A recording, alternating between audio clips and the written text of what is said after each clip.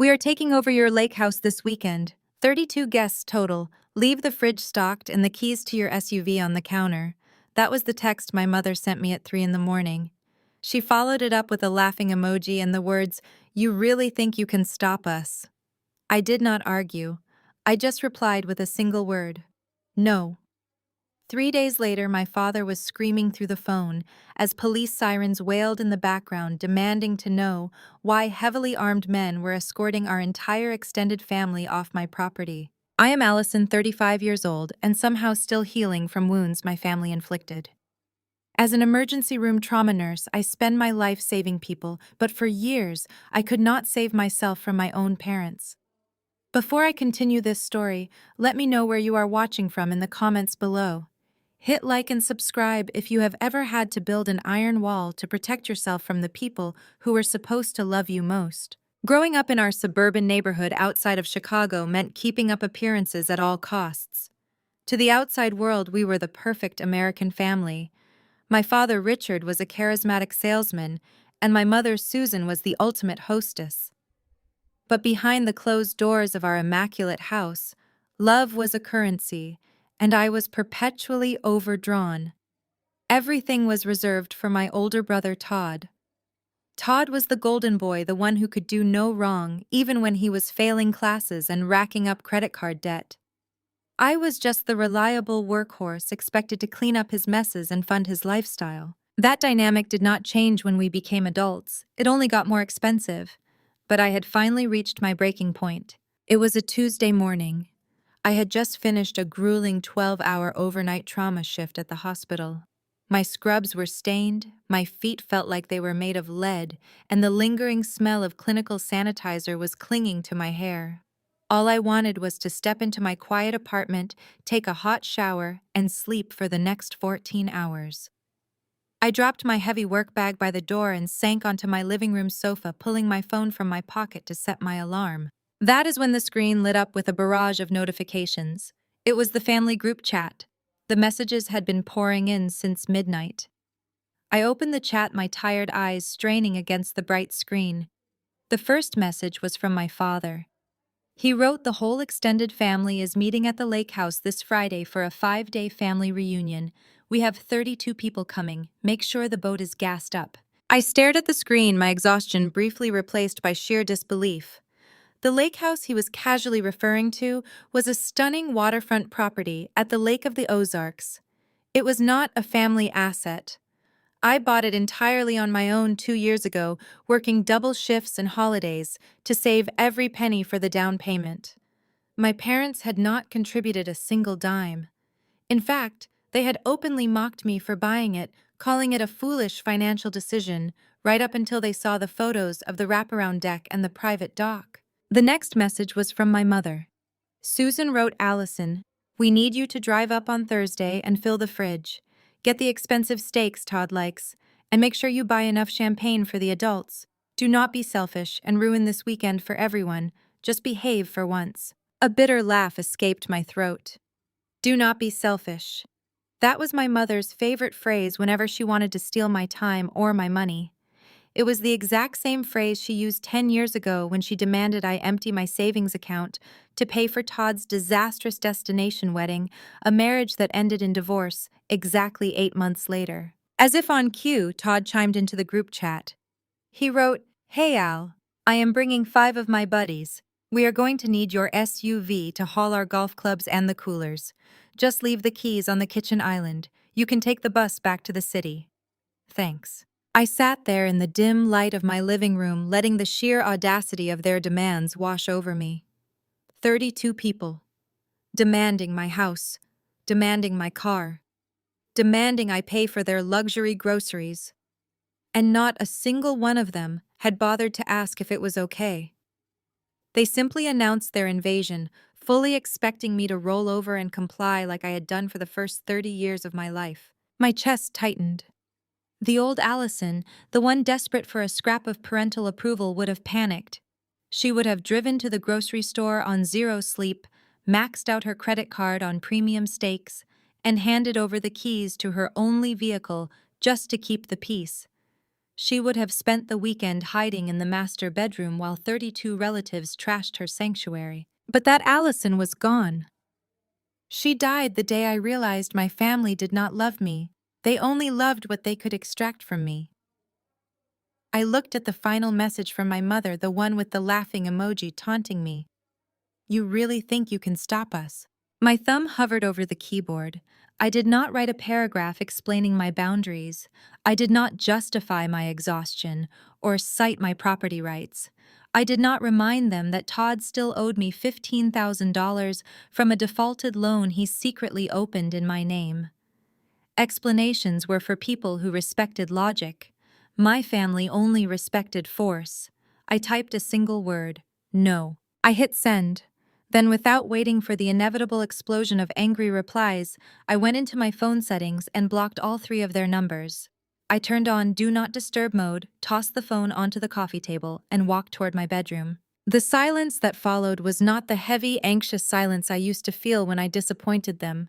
It was the light, crisp silence of absolute freedom. But I knew my parents. I knew a simple no would not stop them. My father's ego was too massive, and my mother had already promised a free luxury vacation to 32 relatives. They were going to show up at my property fully intending to break in if they had to, just to prove they owned me. They thought I was just being stubborn. They thought I would eventually cave. They had no idea that before I went to sleep that morning, I opened my laptop and finalized a very special ironclad rental agreement. I was not just locking them out. I was setting a trap they would never forget. As I stood under the hot water of my shower washing away the grime of the hospital, my mind was running through the logistics. I owned the house free and clear. The smart locks were controlled by an app on my phone. The security gate at the front of the driveway was made of reinforced steel. I had installed it specifically because I valued my privacy, something my family fundamentally despised. I stepped out of the shower, wrapped myself in a towel, and booted up my computer. For the past month, a private corporate security firm had been inquiring about leasing my lake house for an executive team-building retreat. They needed a secure, isolated location with modern amenities, and they were willing to pay a premium.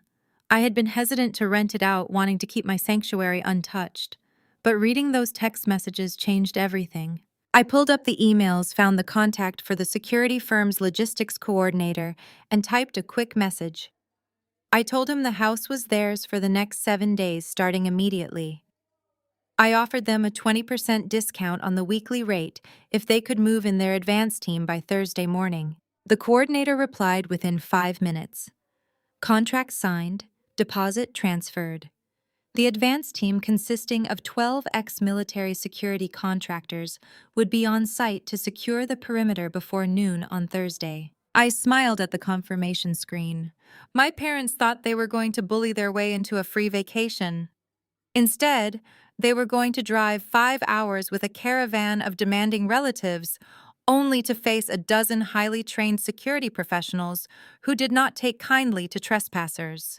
I closed the laptop, climbed into my bed, and pulled the heavy duvet over my shoulders. For the first time in my life, I was not afraid of my family's rage. I was looking forward to it.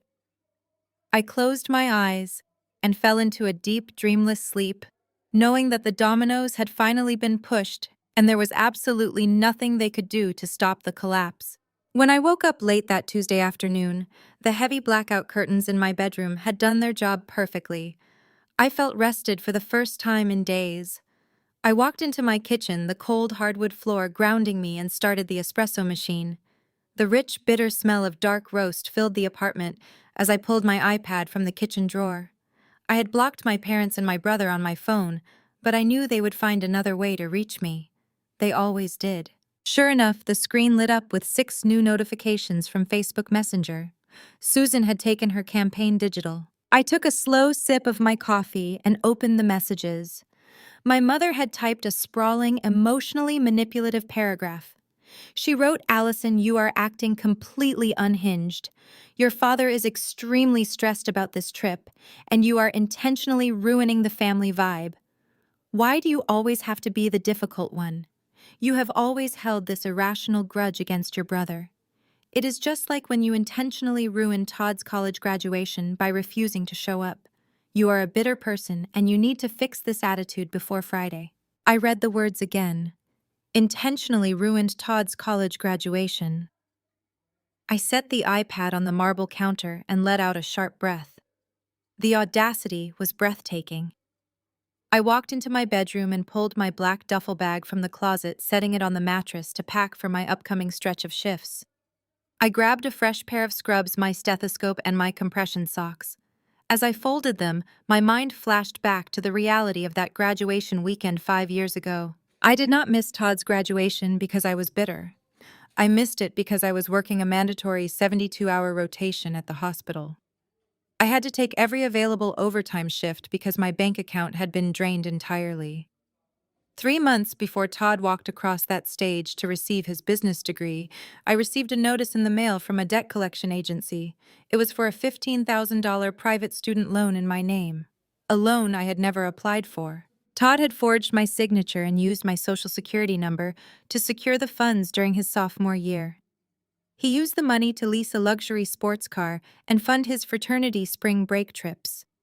When he defaulted on the payments, the creditors came after me. As a registered nurse, having a massive collection action and potential wage garnishment on my record could have triggered a review of my professional license. I had panicked. I confronted my parents, sobbing and begging them to make Todd pay it back. My father had simply rolled his eyes and told me not to make a mountain out of a molehill. My mother had patted my arm and said, "Todd is just finding his footing, Allison. Do not destroy his future over a little mistake. You have a good job, just pay it off and we will figure it out later." There was no later. They never paid me back a single cent. I spent the entire weekend of his graduation cleaning up blood-setting fractures and holding the hands of dying patients in the ER just to keep my credit score from completely tanking. And now Susan was using that exact trauma to paint me as the villain of the family. I tossed my toiletries bag into the duffel and zipped it shut with a sharp, satisfying snap. The guilt they had programmed into me since childhood was completely gone. I walked back to the kitchen, grabbed my iPad, and opened my smart home security application. It was time to initiate the final phase of my countermeasure. The interface loaded, showing a live feed of the lake house. The property sat perfectly still under the afternoon sun, the water sparkling in the background. I tapped the primary control settings. First, I disabled the master keypad on the front door, wiping Todd and my father's fingerprints from the biometric scanner. Next, I completely deactivated the guest access codes my mother loved to give out to her friends. Finally, I engaged the override lock on the steel driveway gate, syncing it exclusively to the temporary access codes I had generated for the security firm. I watched the live camera feed as a convoy of 3 black unmarked SUVs pulled onto the rural road leading to my property. The corporate security advance team had arrived right on schedule. The vehicle stopped at the steel gate. I saw a man in tactical gear step out of the lead vehicle and approach the keypad. He entered the temporary code I had provided. The heavy steel gates slid open smoothly, welcoming them into the compound. I smiled a genuine, relaxed smile and closed the application. The house was no longer mine for the next 7 days. It was a heavily guarded corporate asset. I finished the last drop of my espresso, rinsed the mug in the sink, and grabbed my keys. I had another trauma shift to get to, and I needed to focus on saving lives. My family's artificial crisis was no longer my problem. I knew the storm was coming, but for the first time I was the one controlling the weather. I walked out of my apartment, locked the door behind me, and headed to the hospital, completely prepared for the Wednesday morning chaos that was about to unfold. Wednesday morning arrived exactly as I anticipated. I was sitting in the sterile hospital break room, nursing a lukewarm cup of cafeteria coffee after another brutal 12-hour shift in the trauma unit. The digital clock on the microwave read 8 in the morning. Right on cue, my phone vibrated violently against the laminate table. The caller ID flashed my father's name, Richard. I took a slow sip of my coffee, let the phone ring 3 times to establish complete control of the situation, and finally pressed accept. Before I could even say hello, my father's voice exploded through the speaker. "Allison, what the hell is wrong with your security gate? The keypad is completely dead and my master code is not working. Through the receiver, I could hear the chaotic, beautiful symphony of his predicament. Car horns were honking impatiently. Todd's obnoxious sports exhaust was revving in the background. Children were whining loudly about needing to use the bathroom.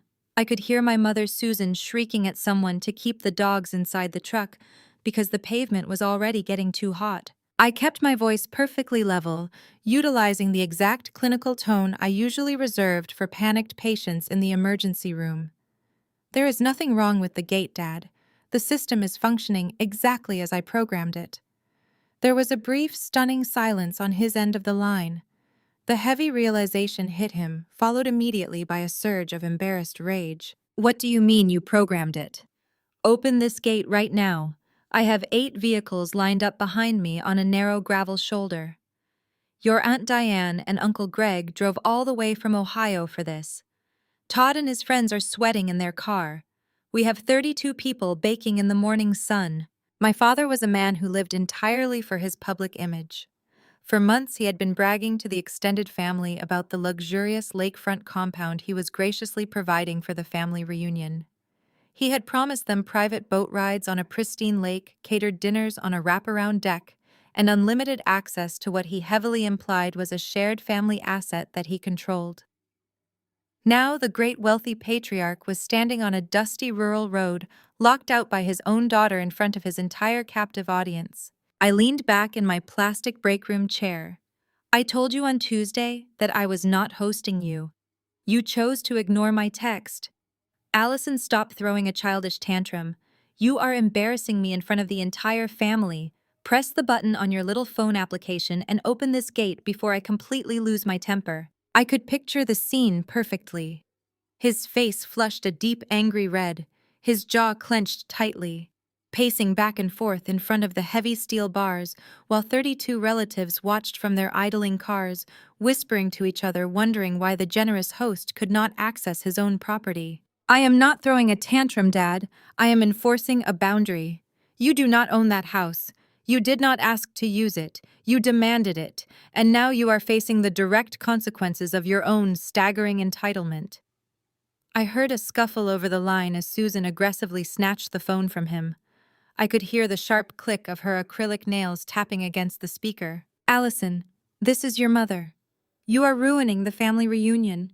You are going to let us in right this second, or I swear to God you are no longer part of this family. The empty threat hung in the air. 10 years ago, that exact sentence would have sent me into a devastating spiral of anxiety. I would have done anything to avoid being cast out. Today it sounded like the greatest gift she could possibly offer me. Are you promising me that, Mom? Because that sounds like a fantastic deal on my end. She gasped, genuinely shocked that her ultimate weapon of emotional manipulation had misfired so completely. You ungrateful brat. We drove 5 hours. Todd took time off work for this. Then you have a 5-hour drive back to Chicago, I replied smoothly. Or you can find a hotel that can accommodate 32 people at the last minute, but you are not stepping foot on my property. The phone shuffled again, and my father was back on the line. His voice had dropped an octave into a menacing, calculated growl. He was done trying to play the victim. Listen to me very carefully, Allison. I have a heavy-duty steel toe strap in the back of my truck. I am going to hitch it to this gate and rip it straight off the concrete hinges. You are going to be paying thousands of dollars in property repairs, all because you could not learn your place and respect your parents. Now are you going to open it remotely, or do I have to force my way in and deal with you later? This was the exact moment I had been waiting for. The moment his arrogance pushed him right over the edge into territory he could not retreat from. I took another calm sip of my coffee, feeling a wide smile spread across my face. Go ahead, Dad. Hook up your truck. But before you step on the gas, you might want to look at the 3 black SUVs parked in the driveway on the other side of that gate. I could hear a long, heavy pause on the other end of the line. The sound of a heavy truck door slamming echoed through the tiny speaker as my father presumably stepped out of his vehicle to get a better look through the reinforced steel bars of my driveway gate. Whose vehicles are those, Allison? He demanded. His voice had dropped, the aggressive bravado replaced instantly by a thick layer of genuine confusion. Did you rent my house out to someone else? I took a slow breath, savoring the absolute absurdity of his question. First of all, Dad, it is my house, not yours. My name is on the deed, my money paid the mortgage, and my name is on the property tax forms. And yes, I did rent it out. Since you gave me such incredibly short notice about your little family reunion, I decided to make other arrangements to protect my asset. The property is currently under a strict 7-day lease to a private corporate security firm. They are using the grounds for an executive team-building retreat. The silence that followed was absolute perfection.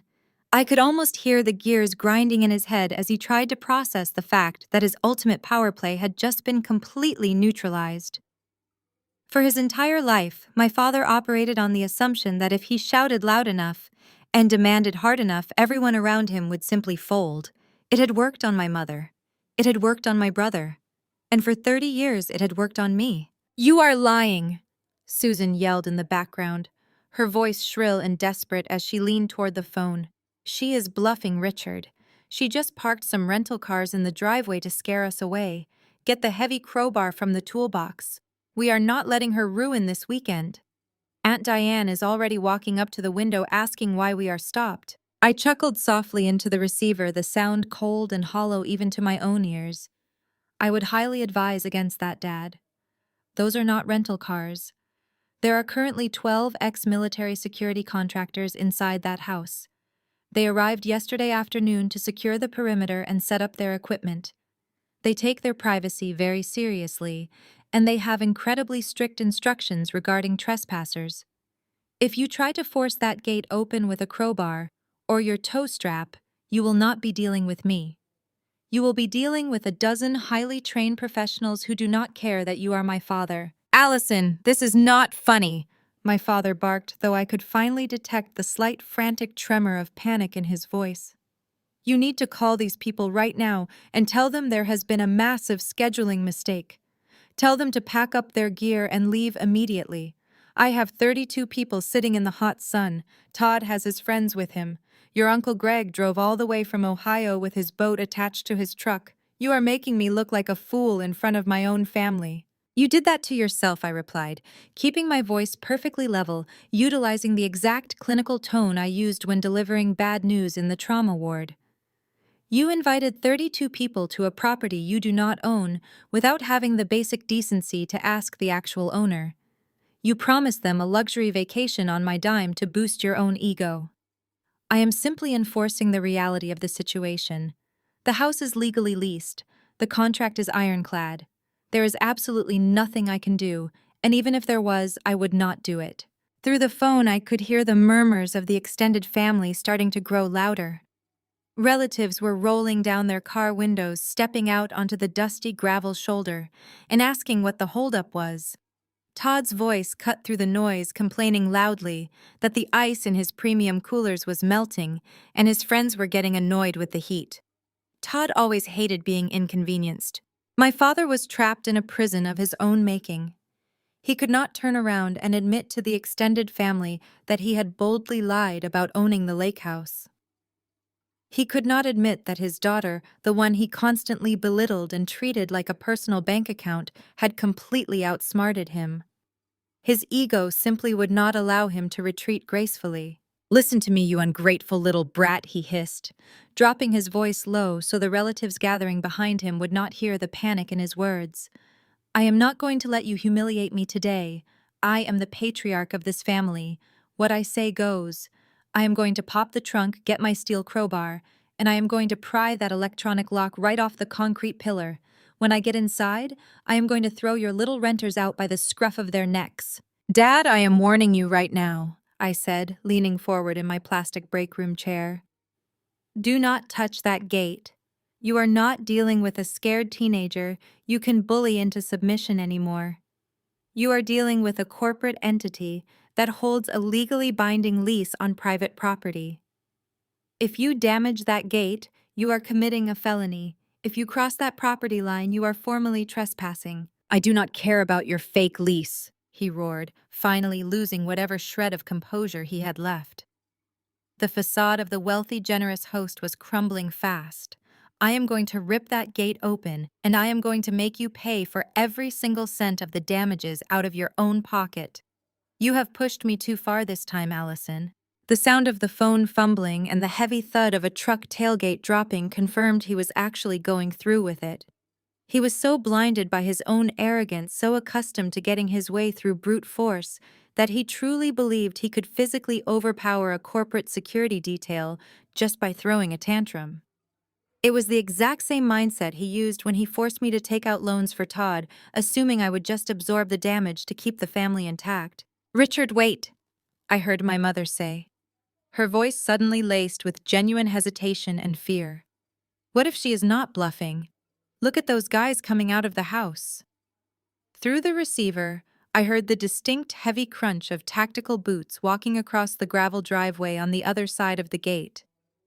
The security firm's perimeter alarms must have alerted them to the commotion at the entrance. I took a final sip of my lukewarm coffee, feeling a deep, profound sense of peace wash over my tired body. The old Allison would have been paralyzed with guilt, begging them to stop before they got arrested. The new Allison was perfectly content to just sit back and listen to the consequences unfold. "I will let you go, Dad," I said smoothly. "It sounds like you have some guests to greet. Have a wonderful family reunion." I ended the call, placed my phone face down on the break room table, and let out a long, slow breath. The chaos was no longer mine to manage. The boundary was set, the trap was fully sprung, and my father was about to learn a very hard, very public lesson about respect. I kept my phone face down on the break room table for exactly 10 seconds before my curiosity got the better of me. I picked it back up, opened my smart home application, and tapped on the live feed for the front gate security camera. I needed to see this for myself. The high-definition camera provided a perfect wide-angle view of the rural road. My father's silver pickup truck was idling aggressively in front of the reinforced steel gate. Behind his truck, a long line of vehicles was backed up along the dusty shoulder. I could see Aunt Diane fanning herself in the passenger seat of Uncle Greg's SUV. Todd was leaning against the hood of his sports car, scrolling on his phone, looking completely oblivious to the felony our father was about to commit. Todd had brought 3 of his friends with him, and they were standing in the gravel looking hot, annoyed, and deeply unimpressed with the luxury vacation they had been promised. My father stomped around to the back of his truck. He was putting on a massive show for his captive audience. He threw his tailgate down with a loud metallic bang that I could hear clearly through the camera's audio feed. He dragged out a thick, bright yellow, heavy-duty tow strap. Susan was standing a few feet away, her arms crossed tightly over her chest, looking nervously back and forth between the imposing gate and the relatives watching them. "Richard, please just wait," my mother pleaded, her voice picking up on the audio feed. "Let us just call a locksmith. We can tell everyone you lost the master key. Do not break the gate." My father ignored her. His face was a mask of pure, stubborn rage. He was a man who had never been told no, and his brain was short-circuiting at the very concept of a boundary. He hooked one end of the heavy metal carabiner to the tow hitch of his truck. Then he marched up to my beautiful, expensive driveway gate and wrapped the other end of the strap around the center steel pillar, securing it tightly. He turned back to the family, waving his arms in a grand theatrical gesture. "Everybody stand back," he shouted, making sure his voice carried down the line of cars. "The electronic lock is jammed. I am going to pop it open so we can get this family reunion started." A few of the younger cousins cheered. Uncle Greg gave him a thumbs up. They actually believed him. They had no idea they were about to witness the spectacular, very public destruction of his ego. My father climbed back into the driver's seat of his truck. Through the camera feed, I watched the exhaust pipe spew a thick cloud of dark smoke as he revved the engine. The truck lurched forward. The bright yellow tow strap pulled taut, snapping straight with a violent jerk. The heavy-duty tires spun against the loose gravel, kicking up a massive cloud of dust that drifted back over the line of waiting family members. The truck strained forward, the engine roaring loudly, but the steel gate did not even flinch. I had paid a premium for those reinforced concrete hinges. Suddenly, the screech of spinning tires was drowned out by a sound that made me smile into my coffee cup. It was the security firm's perimeter breach alarm. It was not a standard quiet home security chime. It was an industrial, ear-piercing siren designed to disorient and intimidate intruders. The sound ripped through the quiet morning air, echoing loudly across the lake and shaking the leaves on the nearby trees. On the screen, the reaction was instantaneous. Several younger children in the back of the family minivan started crying in terror. Todd dropped his phone in the dirt, covering his ears, while his friends backed away in alarm. My mother stumbled backward, her face turning pale with genuine shock as she clamped her hands over her ears. My father slammed on the brakes, the truck jerking to a harsh halt. He threw the door open and stepped out, looking wildly around for the source of the deafening noise. Then the front door of the lake house swung open. Two men stepped out onto the gravel driveway, walking purposefully toward the gate. They were not wearing standard security uniforms. They were dressed in dark tactical clothing, heavy boots, and utility belts. They moved with the calm, terrifying precision of men who had spent years operating in hostile environments. They were massive, imposing, and completely unbothered by the screaming alarm. One of the men tapped a device on his wrist, and the ear-piercing siren abruptly cut off, leaving a ringing, heavy silence in its wake. My father stood frozen next to his truck, his hands still resting on the open door. The confident, wealthy patriarch act vanished instantly, replaced by the posture of a man who suddenly realized he was completely out of his depth. The lead contractor stopped about 3 feet from the gate, crossing his thick, muscular arms over his chest. He looked at the yellow toe strap wrapped around the pillar, then looked directly at my father. His voice was deep, authoritative, and carried easily over the camera microphone. "Disconnect that strap and step away from the gate immediately," the contractor ordered. My father blinked, trying desperately to summon his usual aggressive bluster. He puffed out his chest and took a step forward, grabbing the steel bars of the gate. "Now you listen to me," he barked, pointing a finger at the massive man. "This is my property. I am hosting a family reunion here today. I do not know who you think you are, but you are trespassing. Open this gate right now before I call the local police." The contractor did not blink. He did not raise his voice. He simply stared at my father with a look of absolute clinical boredom. "Sir," the contractor said smoothly, "you do not own this property. The legal owner is a woman named Allison, and she has leased this entire compound to our firm for a private executive retreat. We have the deed and the lease agreement on file. You are currently attempting to destroy private property and breach a secured perimeter. You have exactly 10 seconds to remove that strap from the gate before we escalate this situation." The words hung in the air, sharp and heavy. The silence from the audience of relatives was deafening. 32 people were hanging on every single word. They had just heard, completely unfiltered, that the beautiful lake house did not belong to Richard. They heard that the owner was Allison, the daughter he constantly belittled and treated like a personal assistant, and they heard that he had absolutely no right to be there. My father's face turned a shade of bright, blotchy purple. He looked back at the line of cars. Aunt Diane was staring at him with her mouth hanging open. Uncle Greg had stepped out of his SUV and was frowning deeply. His arms crossed, clearly realizing they had been dragged 5 hours into a massive, humiliating lie. Todd was staring at the ground, his face burning red as his friends started whispering and laughing behind him. "You are lying," my father yelled, though his voice cracked slightly. "My daughter is confused. She is just acting out. This is a family matter." The second contractor stepped forward, sliding a heavy black radio off his utility belt. "This is not a family matter, sir. This is an attempted breaking and entering. I am giving you one final warning. Remove the strap." My father hesitated. I could see the internal battle playing out on his face. If he removed the strap, he was admitting defeat in front of his entire family. He was admitting he was a fraud who had lied to impress them. But if he refused, he was going to be physically dealt with by 2 men who looked like they could fold his truck in half. For a moment, he actually looked like he was going to argue again. He opened his mouth to yell another threat.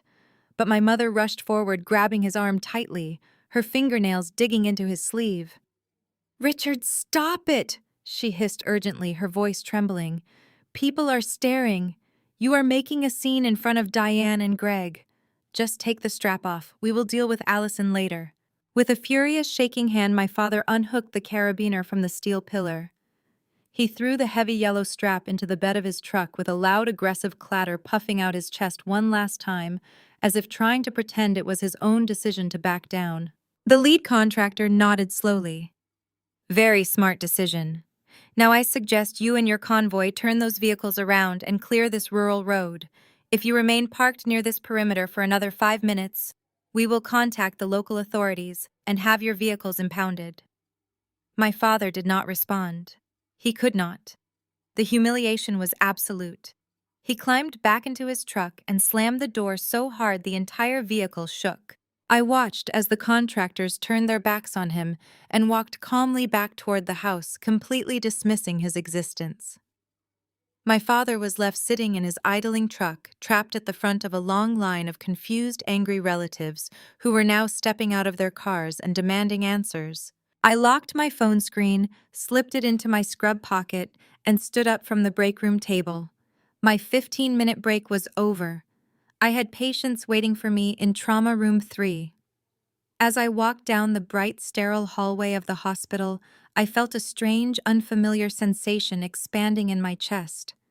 It was not anxiety. It was not the crushing guilt my parents had spent 30 years programming into me. It was the absolute euphoric feeling of total control. I knew the fallout from this morning was going to be massive, and I knew my father's ego would force him to retaliate in the worst way possible. But I was ready for it. The first domino had completely crushed him, and I knew the next one was already falling. 2 hours passed before the next wave of chaos hit. I had just finished stabilizing a patient in trauma room 3, washing the iodine and medical scrub off my hands when my phone vibrated intensely against my hip. I dried my hands on a paper towel, pulled the phone from my pocket, and looked at the screen. The caller ID did not show a family member this time.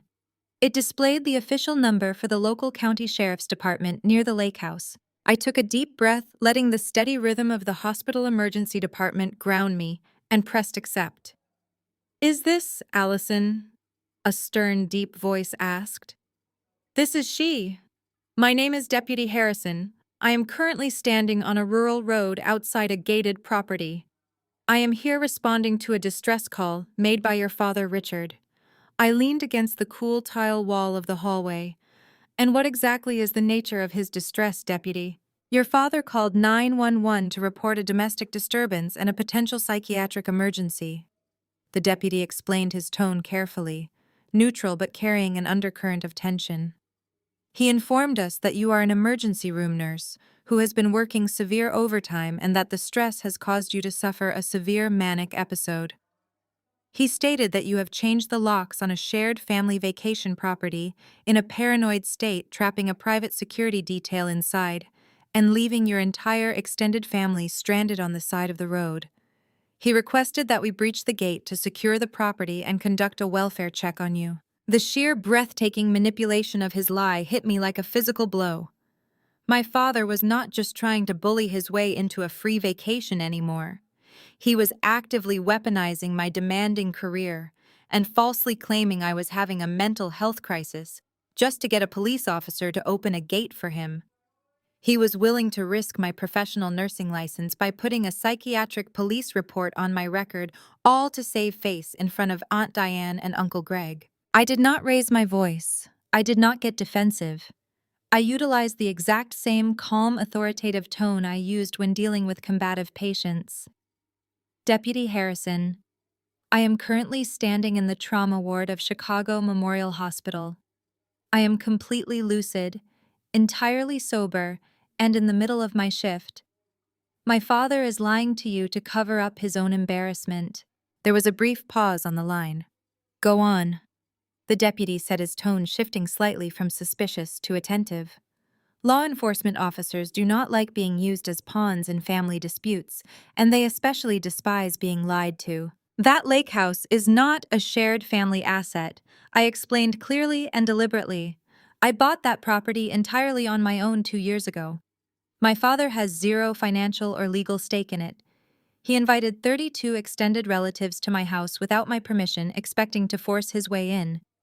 When I refused to allow it, I leased the property to a private corporate security firm for a 7-day executive retreat. The men inside are not trapped. They are paying tenants who possess a legally binding contract. My father is currently attempting to break into a heavily secured corporate event because his ego cannot handle being told no. I heard the heavy sound of the deputy exhaling through the radio microphone. Ma'am, those are incredibly serious accusations. Your father was very adamant that his name is on the original mortgage. Are you standing near your cruiser, deputy? I asked. Yes, I am. Please give me the direct email address for your dispatch center. I am going to send you 2 documents right now. The first is the registered property deed proving I am the sole legal owner. The second is the corporate lease agreement signed by the security firm currently occupying the house. The deputy recited the email address. I kept the phone pressed to my ear, walked over to the break room computer, and forwarded the PDF files directly to the police dispatcher. I knew it would only take a few seconds for the dispatch center to verify the official county records and relay the truth to the officer on the scene. While we waited, I could hear the background noise through the deputy's phone. My father was holding court. He was talking loudly to Uncle Greg and Todd, playing the part of the deeply concerned parent. I heard him say, "It is just a shame it had to come to this. She has been working too hard. Her mind is just not right. We will get this gate open, get everyone settled by the water, and then I will drive down to the city to get her some psychiatric help." The absolute sickness of his performance made my stomach turn, but the anger quickly faded into cold anticipation.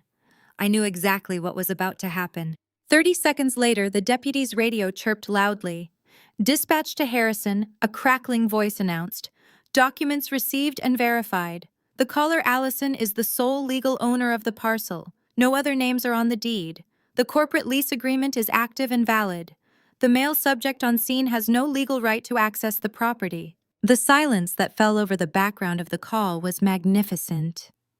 My father stopped mid-sentence. The confident, booming voice of the family patriarch vanished into thin air. Deputy Harrison let out a low, irritated sigh. "Thank you, dispatch." He brought the phone back up to his mouth. "Allison, I apologize for bothering you at work. Your documentation is crystal clear." "Deputy." "Before you hang up," I said quickly, "can you please keep the phone line open?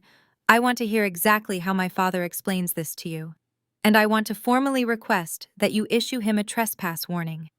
"I can absolutely do that," the deputy replied, his voice hardening with professional irritation.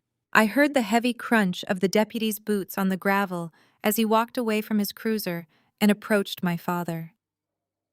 The background chatter of the extended family completely died down. 32 people were holding their breath, waiting to see how the police were going to handle the situation. Richard, the deputy's voice, barked out loud enough for every single person in the caravan to hear perfectly. "Step away from the gate." My father stuttered, his voice suddenly small and trembling. "Officer, did you get authorization to breach the lock? We really need to get these people out of the sun. My daughter is not well." "Do not lie to me again, Richard." The deputy snapped, the authority in his voice echoing sharply down the road. "I just received the official deed from the county records sent directly by your daughter. Your name is nowhere on this property. You have absolutely no legal right to this land, this house, or that gate.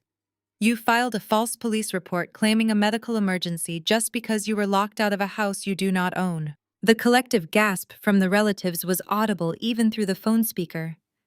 Aunt Diane let out a sharp cry of shock. Todd's friends started murmuring loudly to each other. The illusion was dead. The curtain had been ripped down, exposing my father as a complete fraud to the very people he had spent months trying to impress. "Officer, there must be a mistake, my mother," Susan interjected. Her voice panicked and shrill as she tried to run damage control.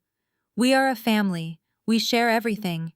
"Ma'am, the law does not care about your family dynamics," the deputy retorted firmly. "The law cares about property rights.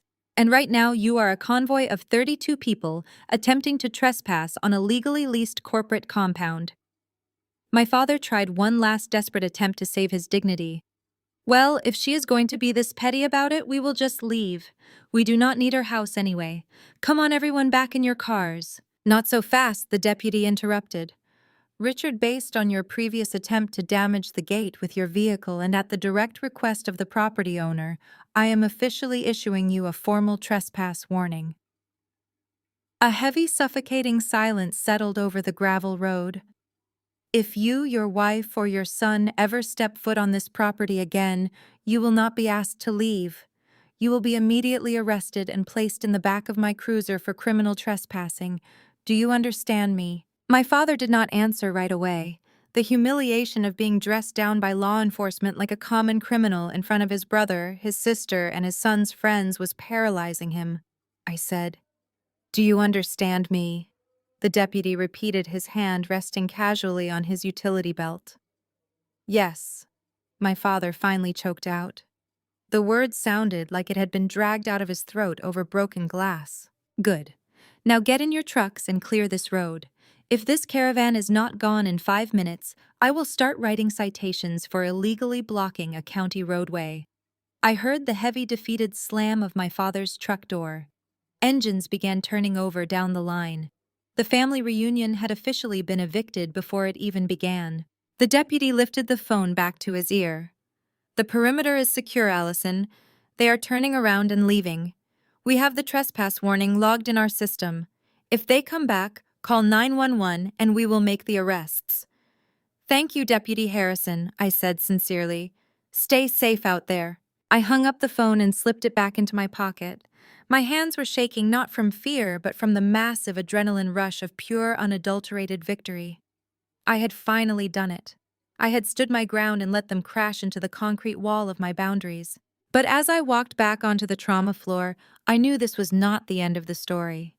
My parents had 32 confused, angry relatives following them down a rural highway. They had promised a luxury vacation, and my father's bruised ego would demand that he deliver one no matter the cost. They were going to try and find a way to make me pay for their public humiliation, and I was completely ready to let them try. By the time my shift ended at 7 in the evening, the adrenaline that had carried me through the morning confrontation had completely faded, replaced by the deep familiar ache of a 14-hour workday in the emergency room. I changed out of my scrubs, walked to the employee parking garage, and climbed into the quiet sanctuary of my car. I locked the doors, leaned my head against the steering wheel, and took a long, slow breath. I had kept my parents and Todd blocked on my phone all day. I needed a clear head to treat my patients, and I knew my family would be spiraling in the aftermath of their eviction. But as I sat in the dim light of the parking garage, I realized I could not keep my head in the sand forever. I needed to know what their next move was. I reached into my bag, pulled out my phone, and opened my voicemail. There were no voicemails. But when I opened my text messages, I saw a string of 14 unread messages from a number I did not have saved. I tapped the screen. The first message was a high-resolution photo of a massive, opulent hotel lobby. The floors were polished marble, massive crystal chandeliers hung from the vaulted ceilings, and floor-to-ceiling windows offered a breathtaking panoramic view of the lake. I recognized the place instantly. It was the Azure Cove Resort and Spa, the most exclusive, astronomically expensive luxury hotel in the entire Lake of the Ozarks region. A standard room there cost over $800 a night during peak season. The next message was a wall of text. It read, "Allison, this is your mother. I am borrowing your Aunt Diane's phone because you are acting like a petulant child and blocking our numbers. You really thought you could ruin this family reunion. You thought you could embarrass your father in front of his own brother and send us packing back to Chicago. Well, you are wrong. We are not letting your selfish manic episode destroy our week." I stared at the glowing screen, a cold mix of shock and amusement washing over me. They did not go home. My father's ego was simply too massive to accept defeat. The thought of driving the caravan back to the city, admitting to 32 extended relatives that he had lied about owning the lake house and had zero backup plan, was a fate worse than death for him. He had to maintain the illusion of the wealthy, generous patriarch at all costs, even if it meant bankrupting himself in the process. I scrolled down to the next message. Susan had continued her tirade. "We have checked the entire family into Azure Cove. We booked 8 premium lakeside suites for the week. We also reserved 3 private cabanas by the infinity pool and booked a catered dinner in the grand dining room for tonight. Everyone is getting settled and having a wonderful time, no thanks to you. I did the math in my head. 8 premium suites at peak season rates for 5 nights plus private cabanas and catered meals for 32 people. The total cost would easily shatter $25,000. My parents did not have that kind of money. I knew for a fact that my father's sales commissions had dried up 3 years ago, and their primary bank account was constantly hovering near zero. The final text message from Aunt Diane's phone revealed exactly how they planned to pull off this grand illusion. Susan wrote, "The total bill is going to be around $28,000. The concierge is holding the rooms on a temporary authorization, but they need a permanent card on file by tomorrow morning. You are going to call the front desk right now and give them your credit card information. You are going to pay for this entire week to compensate for the emotional distress and public humiliation you caused this family today. Consider this a hard lesson in family hospitality and respect. If you do not call the hotel by 8 tomorrow morning, your father is going to take this out of your inheritance and we will never speak to you again. Call me the second you read this." I read the final sentence 3 times, my jaw physically dropping. The absolute staggering delusion of their demand left me temporarily speechless. They genuinely believed that after attempting to break into my property, after lying to the police to try and force a psychiatric hold on me, and after being publicly humiliated and hit with a trespass warning, I was going to reward them by handing over nearly $30,000. They were trying to punish me for setting a boundary by dropping a financial bomb on my life. It was the exact same playbook they had used my entire childhood. If I refused to give Todd my allowance, they broke my favorite toys. If I refused to do Todd's homework, they grounded me for a month. They believed that if they made the punishment painful enough, I would eventually break and fall back in line. But I was not a child anymore, and my credit card was not a toy they could break. I did not reply to the text. I did not call Aunt Diane's phone. I simply took a screenshot of the entire conversation, saving the undeniable written proof that my mother was actively attempting to extort me for $28,000. As I sat there, another message popped up on the screen, this time from a different unsaved number. The aggressive, entitled tone gave it away immediately. It was Todd using one of his friend's phones. "Hey, Al, it is Todd. You really messed up this time. Dad is furious. You need to pay this hotel bill tonight. I brought my friends all the way out here and I am not looking like a loser because you decided to be a psycho. Pay the resort and maybe Dad will forgive you. By the way, Jasmine keeps asking why we are not at the house. Do not tell her anything. Just pay the bill." I stopped reading. My eyes locked onto the name. Jasmine. Jasmine was Todd's wife. She was a brilliant, highly successful corporate consultant who worked 70-hour weeks traveling across the country. She was fiercely independent, incredibly sharp, and did not tolerate nonsense from anyone.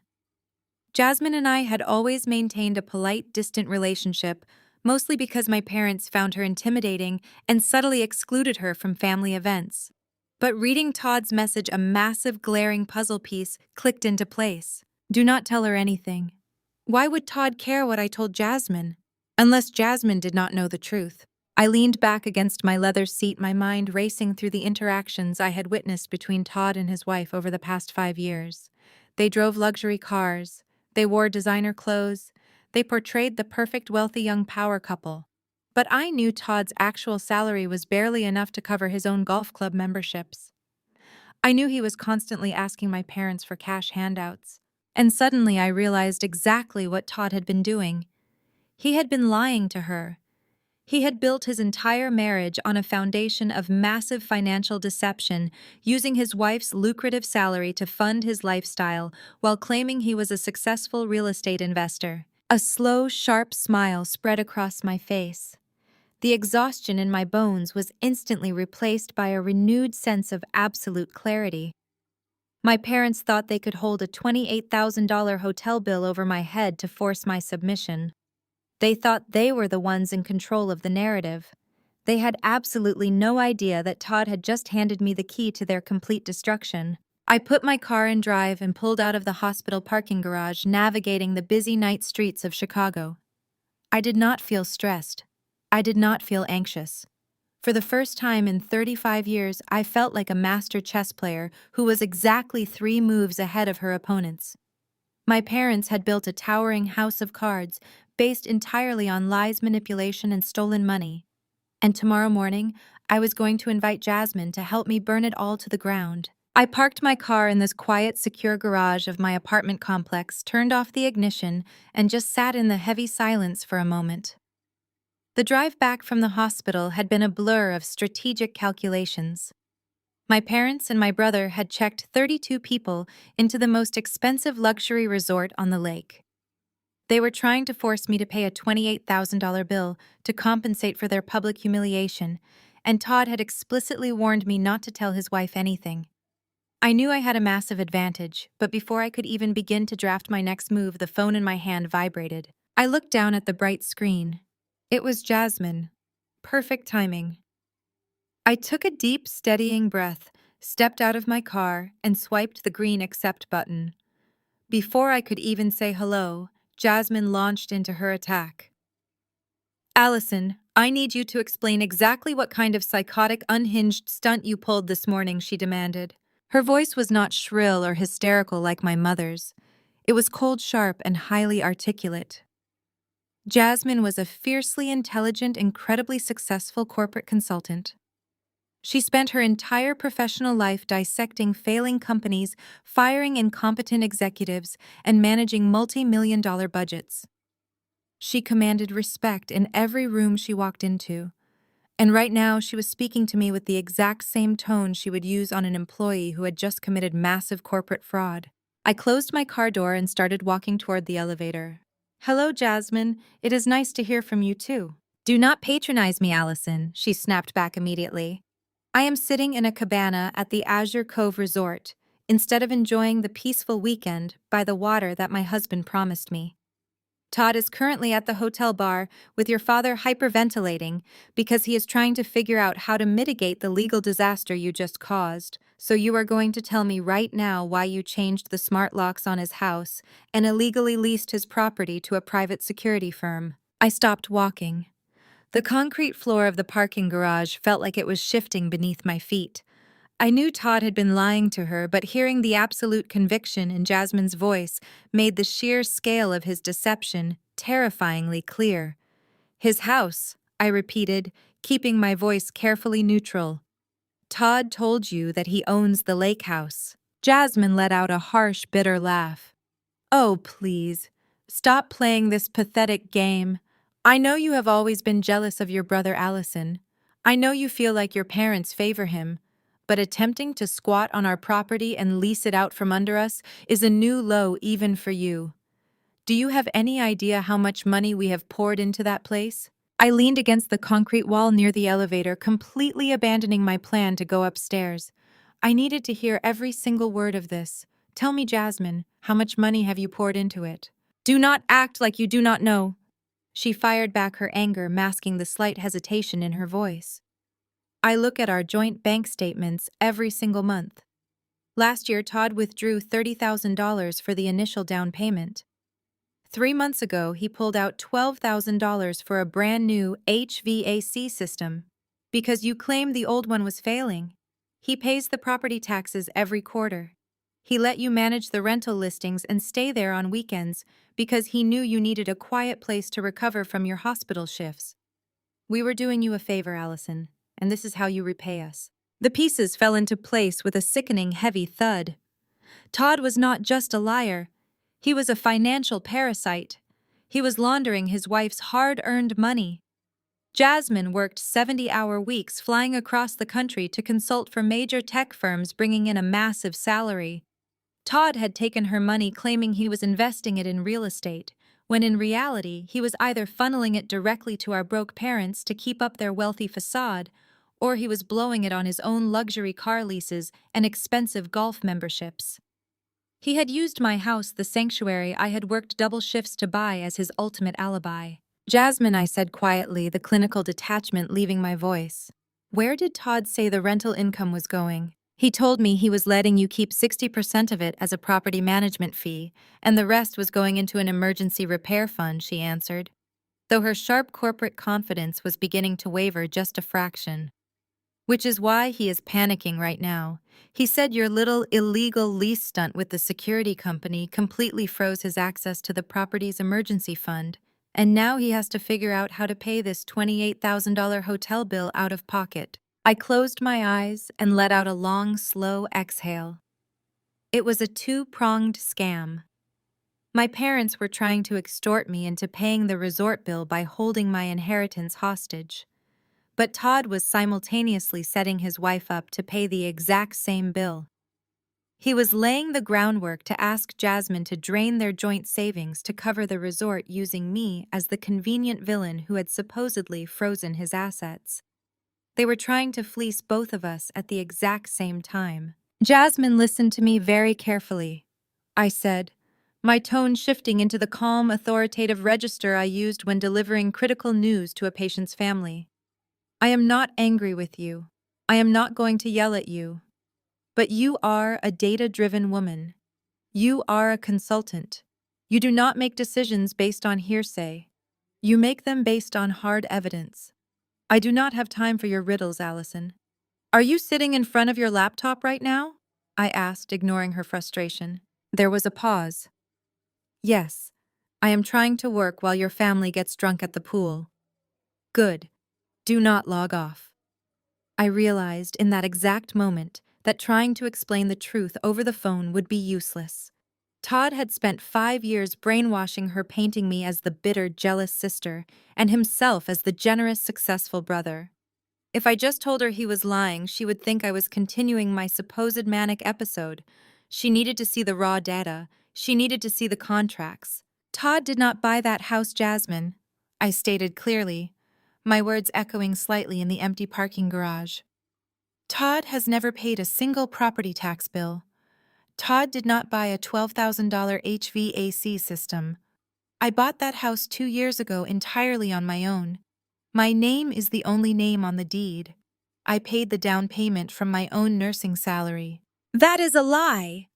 Jasmine interrupted, her voice rising in defense of her husband. I saw the bank withdrawals.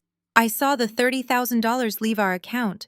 I am sure you did, I replied softly, feeling a genuine wave of sympathy for the brilliant woman on the other end of the line. But that money did not go toward my house. I do not know where your husband put your money, Jasmine, but I can promise you it did not go into real estate. Allison, if you are lying to me to get back at your brother, I swear to God I will ruin you, she threatened. But the absolute certainty in her voice was cracking. The analytical part of her brain, the part that made her a ruthless corporate consultant, was starting to run the variables. She was starting to realize that Todd's story had holes in it. I am going to hang up this phone, I told her calmly. I am going to walk up to my apartment, and I am going to open my secure filing cabinet. In exactly 5 minutes, I am going to send an email to your professional work address. It will contain the official county deed to the lake house. It will contain the property tax records for the last 2 years, proving that every single payment came directly from my personal checking account. And it will contain the receipt for the HVAC system I had installed last year, which cost $4,000, not $12,000. Jasmine did not say a word. The silence on the line was heavy and thick with impending devastation. When you look at those documents, Jasmine, you are going to realize that your husband has been stealing from you for years. I continued, my voice steady and unwavering. And then you are going to realize that he brought you to that resort today, not for a family vacation, but to trap you into paying a $28,000 bill for his parents. Check your inbox in 5 minutes. I did not wait for her to respond. I pulled the phone away from my ear and ended the call. I stood in the quiet parking garage for a few seconds, feeling the weight of what I was about to do. I was about to detonate a bomb that would completely obliterate Todd's marriage. I was about to hand a brilliant, ruthless woman the exact evidence she needed to destroy my brother's life. I smiled, slipped my phone into my bag, and walked toward the elevator. It was time to send the email. I unlocked the front door of my apartment and stepped into the quiet, dark entryway. I did not bother turning on the main living room lights. I walked straight down the hallway to my small home office, flicked on the desk lamp, and knelt in front of the heavy fireproof filing cabinet tucked in the corner. The entire drive up the elevator, my heart had been beating with a steady, rhythmic intensity. This was not the chaotic, panicked heart rate of my 20s, when I constantly worried about how my family was going to punish me for stepping out of line. This was the calm, calculated adrenaline of a surgeon about to make the first crucial incision. I spun the combination dial on the cabinet, pulled the heavy drawer open, and retrieved a thick manila folder labeled Lake Property. I sat down at my desk, booted up my laptop, and opened the folder. The documents inside were pristine, organized, and absolutely damning. I pulled out the original property deed, complete with the raised official seal of the county clerk. I grabbed the closing documents from the title company, which clearly listed my name and my name alone as the sole purchaser. I found the receipt from the local HVAC company for the new heating and cooling system I had installed last year, showing the total cost was exactly $4,000 paid in full from my checking account. Finally, I logged into my online banking portal and downloaded the last 2 years of property tax wire transfers. I opened a new email draft and typed in Jasmine's corporate email address. I did not write a long emotional paragraph. I did not include any defensive explanations or snarky comments about my brother. Jasmine was a woman who respected raw data. She spent her life dealing with corporate executives who tried to hide their failures behind flowery language. I knew the most effective way to communicate with her was to simply hand her the weapon and step back. In the subject line, I typed Lake House ownership documents and financial records. In the body of the email, I wrote exactly 2 sentences. Jasmine attached is the official county deed, the closing paperwork, my property tax wire transfers, and the actual receipt for the HVAC system. I highly suggest you run a full audit on your joint checking accounts. I attached the 4 PDF files. I moved my cursor over the send button, took a deep breath, and clicked it. The email swooshed into the digital ether. The truth was officially out of my hands. I closed the laptop, walked into my kitchen, and poured myself a tall glass of ice water. I leaned against the marble counter, staring at the digital clock on the microwave. I knew exactly what was happening at the Azure Cove Resort right now. Jasmine was sitting in a luxury cabana, opening that email on her laptop. She was clicking on the attachments. Her highly trained analytical brain was scanning the county seals, checking the dates, and verifying the routing numbers. Todd had spent 5 years weaving a massive, complex web of lies to stroke his own fragile ego. He could not handle the fact that his wife was a massive financial success, while he was essentially treading water in a mediocre sales job. He needed to feel like the powerful provider. He needed my parents to see him as the wealthy, successful golden child. So he fabricated an entire secret life as a savvy real estate investor, using my hard work as his prop and using Jasmine's hard-earned money as his personal slush fund. 10 minutes passed, then 15. I was just starting to wonder if Todd had managed to intercept her when my phone suddenly lit up on the kitchen counter. It was Jasmine. I picked it up and answered. "Hello?" There was no immediate response. The line was completely silent, except for the faint, steady sound of Jasmine breathing. When she finally spoke, her voice was entirely stripped of the aggressive corporate anger she had directed at me earlier. It was hollow, quiet, and terrifyingly cold. "The county seal is real," she said slowly. "I just ran the parcel identification number through the public county tax database online. The system lists Allison as the sole legal owner. The purchase date matches your closing documents. The tax payments match your bank routing numbers." "Yes," I replied simply. I heard the rapid, sharp clicking of a laptop trackpad through the speaker. Jasmine was still working, still pulling up data. $4,000 for the EVAC system, she muttered, her voice trembling just a fraction as the sheer scale of the betrayal fully registered in her mind. Todd pulled $12,000 out of our joint savings account for that system.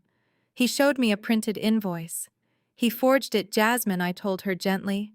He used my house as an alibi to drain your accounts. $52,000, she whispered. The number hit the air like a physical weight. I went through the last 3 years of our joint savings. She continued, her breathing growing slightly heavier. 30,000 for the down payment, 12,000 for the HVAC, 10,000 in various emergency repairs and property taxes. $52,000 is gone. Jasmine, I said, keeping my tone perfectly level. Does Todd have a gambling problem? Does he have bad investments? Where did that money go? There was a long pause. I heard a sharp, bitter laugh escape her throat. A laugh that sounded exactly like a woman who had just realized she was married to a complete stranger. He did not gamble it, Allison, she said, her voice dropping into a dangerous, icy register. He gave it to your parents. I closed my eyes, the final piece of the puzzle sliding into place. It all makes sense now, Jasmine continued, her analytical brain dissecting the past 5 years with brutal efficiency. Your father lost his primary commission contracts 3 years ago. They should be broke, but they still have their country club memberships. Your mother still drives a brand new luxury SUV. They constantly host lavish dinners. Todd has been funding their lifestyle with my money. He has been playing the wealthy, generous son by stealing my salary, all while telling me he was building a real estate portfolio for our future. The sickness of it all was overwhelming. My parents were perfectly fine watching Todd steal from his own wife as long as it kept them living in luxury and allowed them to maintain their status among their wealthy friends. They were all complicit in a massive financial illusion. Where is Todd right now? I asked. He is down at the resort bar with your father, Jasmine replied, her voice growing harder, sharper, solidifying into absolute steel. They are drinking expensive scotch and trying to figure out how to handle the fact that you locked them out. Jasmine, I need you to understand what their next move is, I warned her.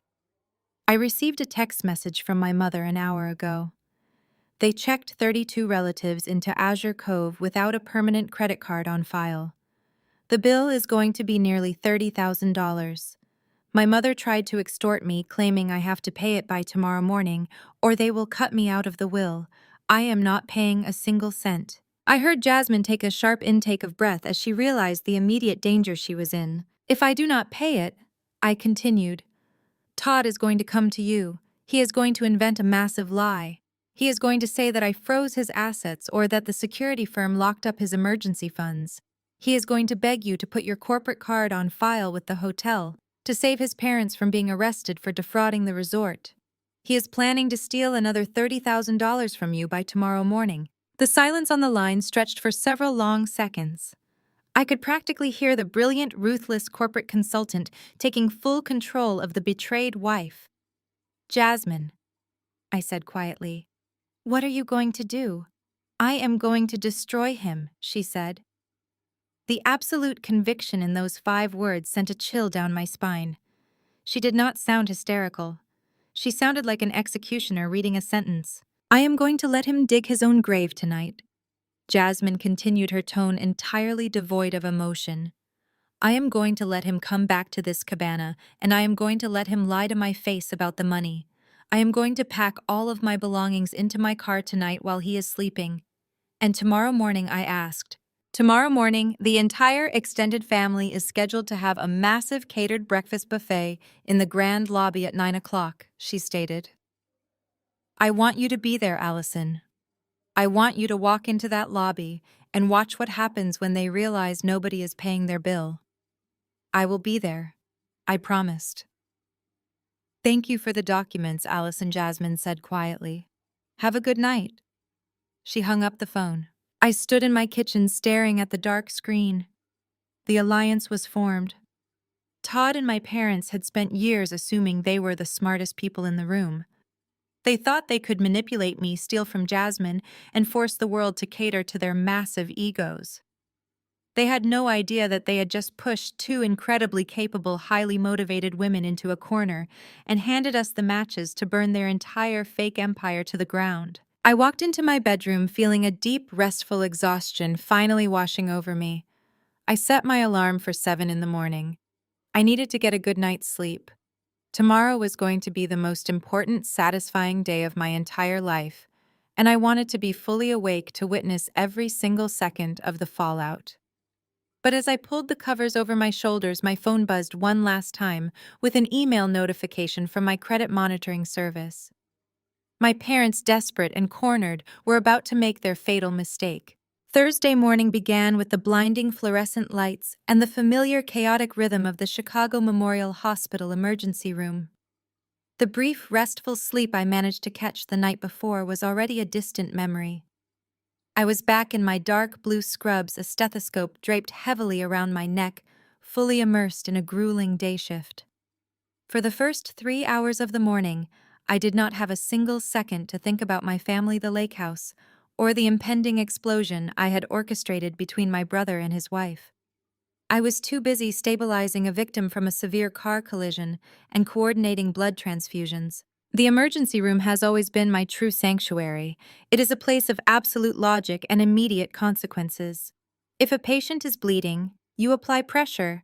If a patient cannot breathe, you intubate. There is no room for emotional manipulation, no space for gaslighting, and absolutely zero tolerance for lies. The monitor either shows a heartbeat or it does not. It is the exact opposite of the toxic smoke and mirrors environment I was forced to navigate during my childhood. By 10 in the morning, the initial rush of critical trauma patients had finally stabilized. I handed my charts over to the attending physician and stepped into the staff break room to grab a quick bottle of water. The room was quiet, smelling faintly of clinical sanitizer and burnt coffee. I leaned against the laminate counter, closed my eyes for a fraction of a second, and allowed myself to breathe. Then the heavy silence was shattered by a sharp, aggressive vibration against my hip. It was not the standard gentle buzz of a text message or a social security reminder. It was a rapid, continuous pulsing sequence. I pulled my phone from my scrub pocket and looked at the screen. The entire display was illuminated in bright, alarming red. It was a high-priority push notification from the premium credit monitoring application I had installed on my phone 5 years ago, right after Todd had ruined my credit score with his fraudulent student loan. I tapped the notification, my thumb hovering over the screen as the biometric scanner unlocked the application. The dashboard loaded instantly, displaying a massive red warning banner across the top of the interface. Hard inquiry detected. Immediate action required. Potential fraudulent activity on your account. My heart did not pound with panic. It slowed down, beating with a cold, calculated precision. I clicked on the detailed report to see exactly who was trying to access my financial profile. The data populated on the screen in stark, undeniable black and white. Merchant requesting inquiry. Azure Cove Resort and Spa Hospitality Financing Division. Application type, unsecured personal line of credit. Amount requested, $25,000. Applicant name, Allison. I stared at the glowing numbers, a wave of pure, unadulterated disgust washing over my tired body. My parents had actually done it. The extortion text message from my mother the previous night was not just an empty threat. When I completely ignored her demand to willingly hand over my credit card to pay for their massive luxury family reunion, they decided to take matters into their own hands. They were actively attempting to open a massive line of credit in my name without my consent to cover the cost of the 8 premium suites, the private cabanas, and the catered meals they had booked for 32 relatives. I leaned closer to the screen, reviewing the specific details of the rejected application. In order to apply for a $25,000 line of credit, the merchant required more than just a name and a birth date. They required a current address, a current employer, and a full verified Social Security number. How did they get my Social Security number? The question echoed in my mind for exactly 3 seconds before the sickening memory surfaced, hitting me with the force of a physical blow. 7 years ago, before I bought the lake house and before I was financially stable, I had to move out of an apartment with a terrible roommate. I had a 2-month gap between leases, and in a moment of desperation, I moved back into my parents' house. During that time, tax season arrived. My mother, playing the role of the caring, helpful parent, insisted on organizing my financial paperwork. She told me I was working too many nursing shifts to handle it myself. She demanded I hand over my official W-2 forms from the hospital so she could drop them off at her personal accountant. I gave them to her. I trusted her. She must have made a photocopy. Susan had meticulously filed away a copy of my most sensitive federal tax documents, complete with my full Social Security number, my gross income, and my employment details. She did not keep it because she was sentimental. She kept it as an insurance policy. My parents had held on to my financial identity, like a loaded gun in a lockbox, just waiting for the perfect moment to pull the trigger. I could picture the scene unfolding at the Azure Cove Resort with absolute clarity. My father, Richard, was likely standing at the polished marble concierge desk in his expensive golf clothes, trying to look like a wealthy VIP. Susan was standing right next to him holding her phone or a piece of paper with my stolen information written on it. They were telling the hotel manager a magnificent lie. They were probably claiming that their successful daughter, the trauma nurse, had insisted on paying for the entire family reunion as a surprise gift, but she was stuck at the hospital and could not provide her physical card. So they just needed to run a quick credit application using her information to secure the rooms. They assumed it would be easy. They knew I had a flawless credit score of over 800. They assumed the third-party financing company would instantly approve the $25,000 the resort would get their money, and my parents would get to play the generous hosts for the rest of the week while dumping a massive mountain of high-interest debt onto my shoulders. They thought I was still the terrified, compliant girl who would just cry and pay the bill to avoid a family screaming match. But there was one massive, fatal flaw in their brilliant criminal plan. After Todd had forged my signature on that student loan 5 years ago, I did not just install a credit monitoring app. I placed a permanent, impenetrable security freeze on my Social Security number across all 3 major credit bureaus. Nobody, not even myself, could open a new line of credit without bypassing a rigorous multi-step identity verification process that required a direct phone call and a unique PIN number. The application my parents just submitted at the resort lobby was instantly flagged blocked and categorized as a high-risk fraudulent event. I locked my phone screen and slid it back into my scrub pocket. The heavy, suffocating weight of family obligation that had haunted my entire life was instantly vaporized, replaced by a searing, undeniable clarity. This was no longer a toxic family dynamic. This was no longer a dispute over boundaries or an argument about who owned a lake house. This was identity theft. This was a direct, calculated attempt to commit massive financial fraud. My parents had crossed the absolute final line. They had transitioned from being emotionally abusive parents to being literal documented felons. I walked out of the break room and headed straight toward the emergency department charge nurse station. I needed someone to cover my patients for the next 30 minutes. I was not going to call my mother and scream at her. I was not going to send an angry text message demanding an explanation. Explanations were useless. I was going to use the exact weapon they had tried to use against me: the law. I walked briskly out of the break room and headed straight toward the main charge desk of the emergency department. Brenda, our veteran charge nurse, was reviewing patient charts on her monitor. I leaned over the tall counter, keeping my voice low and professional. Brenda, I need you to cover my patients for exactly 30 minutes. I have a critical personal emergency that I have to handle right now. Brenda looked up, her experienced eyes scanning my face. In my 10 years at the hospital, I had never once asked to step off the floor during a trauma shift. I was the nurse who worked through lunch breaks and picked up overtime. She did not ask any questions. She simply nodded, grabbed my tablet, and told me to take as much time as I needed. I thanked her and walked down the quiet, sterile hallway toward the private family consultation room. It was a small, soundproof room designed for doctors to deliver tragic news to grieving families. It had thick walls, a heavy, solid oak door, and absolute privacy. I stepped inside, locked the door behind me, and sat down at the small circular table in the center of the room. I placed my phone on the table. The screen was still displaying the bright red fraud alert from my credit monitoring application. 10 years ago, my reaction to this exact situation would have been entirely different. If the old Allison had seen an alert that her parents were trying to steal $25,000 using her identity, she would have dissolved into a puddle of panic and guilt. I would have called my mother immediately, crying, begging her to withdraw the application. I would have listened to her gaslight me, telling me that family helps family and that I was being dramatic. And in the end, I probably would have handed over my credit card just to keep the peace and protect my parents from the legal consequences of their own actions. But as I sat in that quiet room staring at the screen, my heart rate was perfectly steady. My hands were not shaking.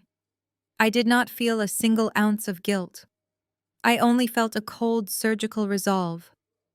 My parents had made a calculated decision to destroy my financial future to protect their fragile social status.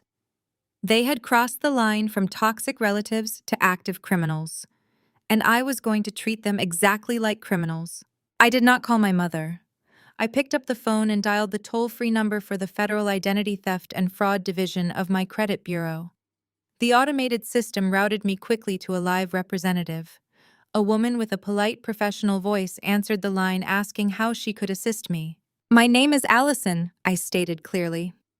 5 minutes ago, I received an alert that a $25,000 unsecured line of credit was aggressively applied for under my Social Security number.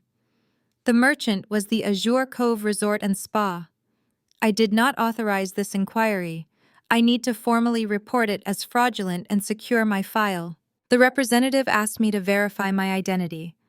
I calmly provided my security PIN, my previous addresses, and my secure passcode. I could hear the rapid clicking of her keyboard through the receiver as she accessed my file. "Thank you, Allison," she said. "I see the inquiry here. Fortunately, because you have a permanent security freeze on your account, the financing company's automated system immediately rejected the application and flagged it. No funds were disbursed, and no line of credit was opened." I felt a brief wave of satisfaction knowing my parents were currently standing at a luxury hotel concierge desk, looking like absolute fools as their application was brutally declined. "I need this documented as an active identity theft attempt," I told the representative. "I know exactly who submitted the application, and I am preparing to contact law enforcement. I need the official fraud case number from your bureau to provide to the police." The representative's tone shifted, becoming much more serious. She generated the official fraud report, provided me with a 12-digit reference number, and assured me that the blocked inquiry would be entirely scrubbed from my credit history. I wrote the number down on a piece of hospital stationery, thanked her, and ended the call. Step 1 was complete. The financial firewall was reinforced. Now it was time for Step 2. The consequences. I opened the web browser on my phone and searched for the local police department that held jurisdiction over the Azure Cove Resort. It was the same county sheriff's department that had responded to my father's trespassing attempt at the lake house yesterday, but I did not want to speak to a patrol deputy this time. I needed the Financial Crimes Division. I dialed the non-emergency dispatch number. When the operator answered, I did not hesitate. "I need to report an attempted felony identity theft that just occurred at the Azure Cove Resort," I said. The operator transferred me. After a brief hold, a deep, gruff voice came on the line. "Financial Crimes, Detective Lawson speaking." "Detective Lawson, I am calling to report a fraudulent credit application submitted using my stolen Social Security number. The attempt occurred less than 20 minutes ago at the Azure Cove Resort. The perpetrators attempted to secure a $25,000 line of credit to pay for a block of luxury hotel rooms." The detective's tone immediately sharpened. "That is a substantial amount. Were you a guest at the resort?" "No, I am currently at work in Chicago," I replied. "But the suspects are physically at the resort right now." Lawson asked for the suspects' names. I gave them without a single flinch. Richard and Susan. I spelled out their last name. I provided their home address in the Chicago suburbs. I described my father's silver pickup truck and my mother's luxury SUV, including the license plate numbers from memory. The detective paused. The tapping of his keyboard stopped. "Ma'am, you share the same last name. Are these individuals related to you?" "They are my parents," I said flatly. There was a heavy silence on the other end of the line. Law enforcement officers deal with a lot of messy family disputes, and they are trained to weed out petty arguments from actual crimes. Detective Lawson took a slow breath before speaking again. Allison, I need to be completely transparent with you. A $25,000 fraudulent application constitutes a severe felony in this state. If I dispatch officers to the Azure Cove Resort and we retrieve the physical application or the digital logs showing your parents provided your social security number without your consent, this becomes a criminal matter. The state will pick up the charges. You cannot just use the police to scare them and then drop the case tomorrow when they apologize. Are you absolutely certain you want to press full criminal charges against your own parents? The question hung in the air of the quiet consultation room. The ghosts of my childhood tried to whisper in my ear. They told me that family was everything. They told me that if I did this, there was no going back. My parents would be arrested. They would face prison time. The extended family would completely excommunicate me. But then I thought about the text message my mother had sent me the night before. Consider this a hard lesson in family hospitality. They felt entirely entitled to destroy my life. They felt completely untouchable. Detective Lawson, I said, my voice as hard and cold as polished steel.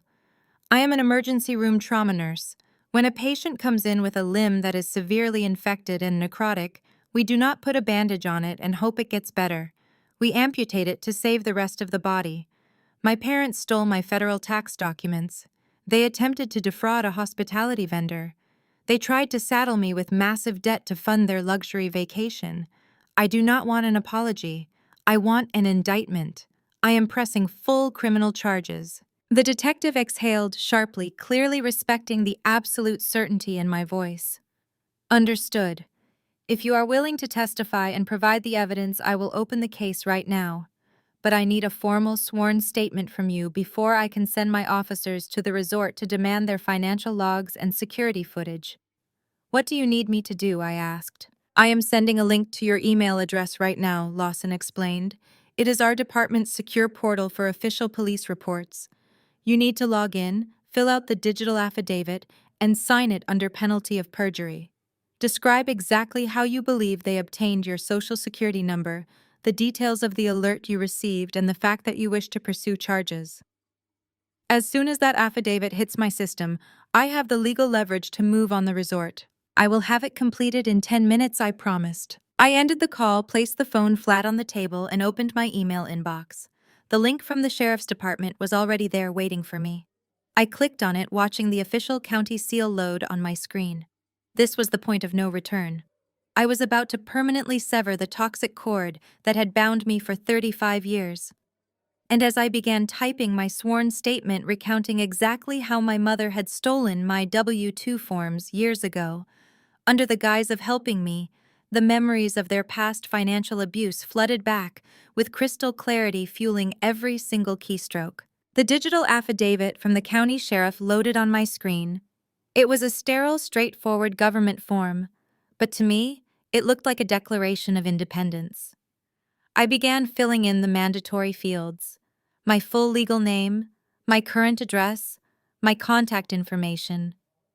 I typed with a steady, rhythmic cadence, completely detached from the emotional weight of what I was doing. Then I reached the section labeled Statement of Probable Cause. The prompt asked me to describe the nature of the fraudulent activity and any historical context regarding the suspect's access to my identifying information. I stared at the blinking cursor on the screen. The clinical detachment I had been maintaining suddenly fractured just for a moment as a tidal wave of suppressed memory crashed over me. To explain how my mother had my social security number, I had to explain the first time she used it. I had to type out the darkest, most humiliating period of my entire adult life. It was 7 years ago. I was 28 years old, a young nurse just starting to find my footing in the emergency department. I was driving a beat-up, unreliable sedan that frequently overheated on my way to the hospital. After a terrifying incident where the car completely died in the middle of a busy Chicago intersection at midnight, I decided it was time to buy something safe. I had been living frugally, paying my rent on time and saving a modest down payment. I walked into a reputable used car dealership, picked out a reliable compact car, and sat down in the finance manager's office with a proud smile on my face. I will never forget the look of uncomfortable pity on that manager's face when he returned with my credit report. He slid the piece of paper across the desk and quietly informed me that my application was denied. He told me my credit score was a 520. He said I had multiple accounts in severe delinquency and a massive personal loan that had recently gone into default. I told him he was making a mistake. I told him I only had one credit card, and I paid it off every month. He turned his computer monitor around and showed me the raw data.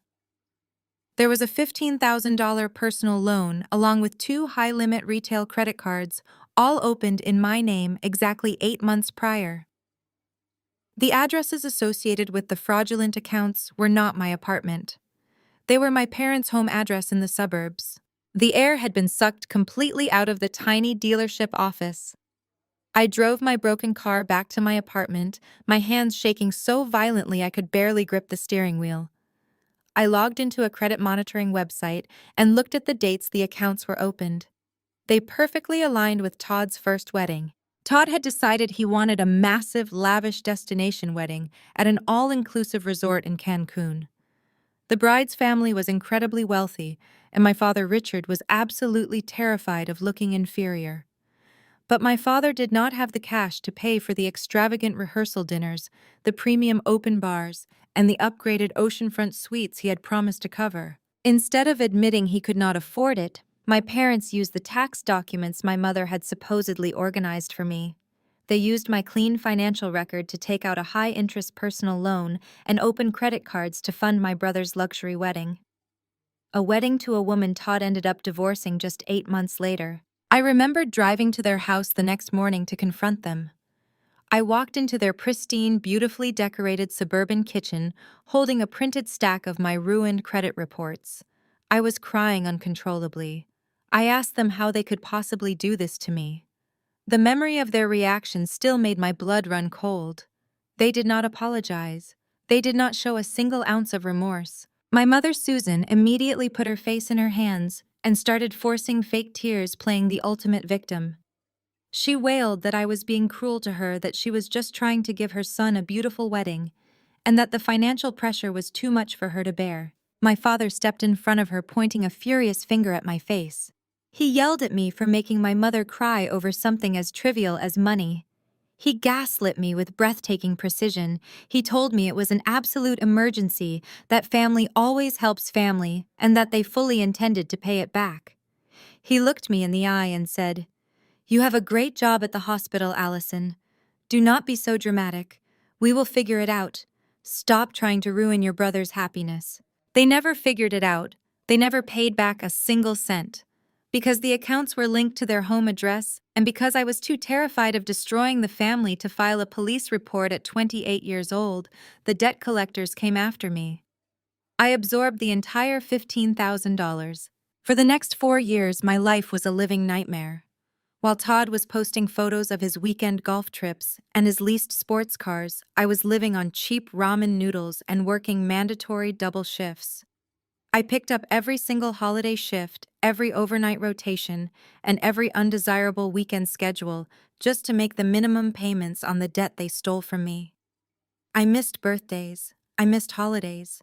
I even missed Todd's college graduation because I was locked in the trauma ward working overtime to pay off the very fraud he benefited from. I spent 4 years meticulously repairing my credit score point by point, dollar by agonizing dollar.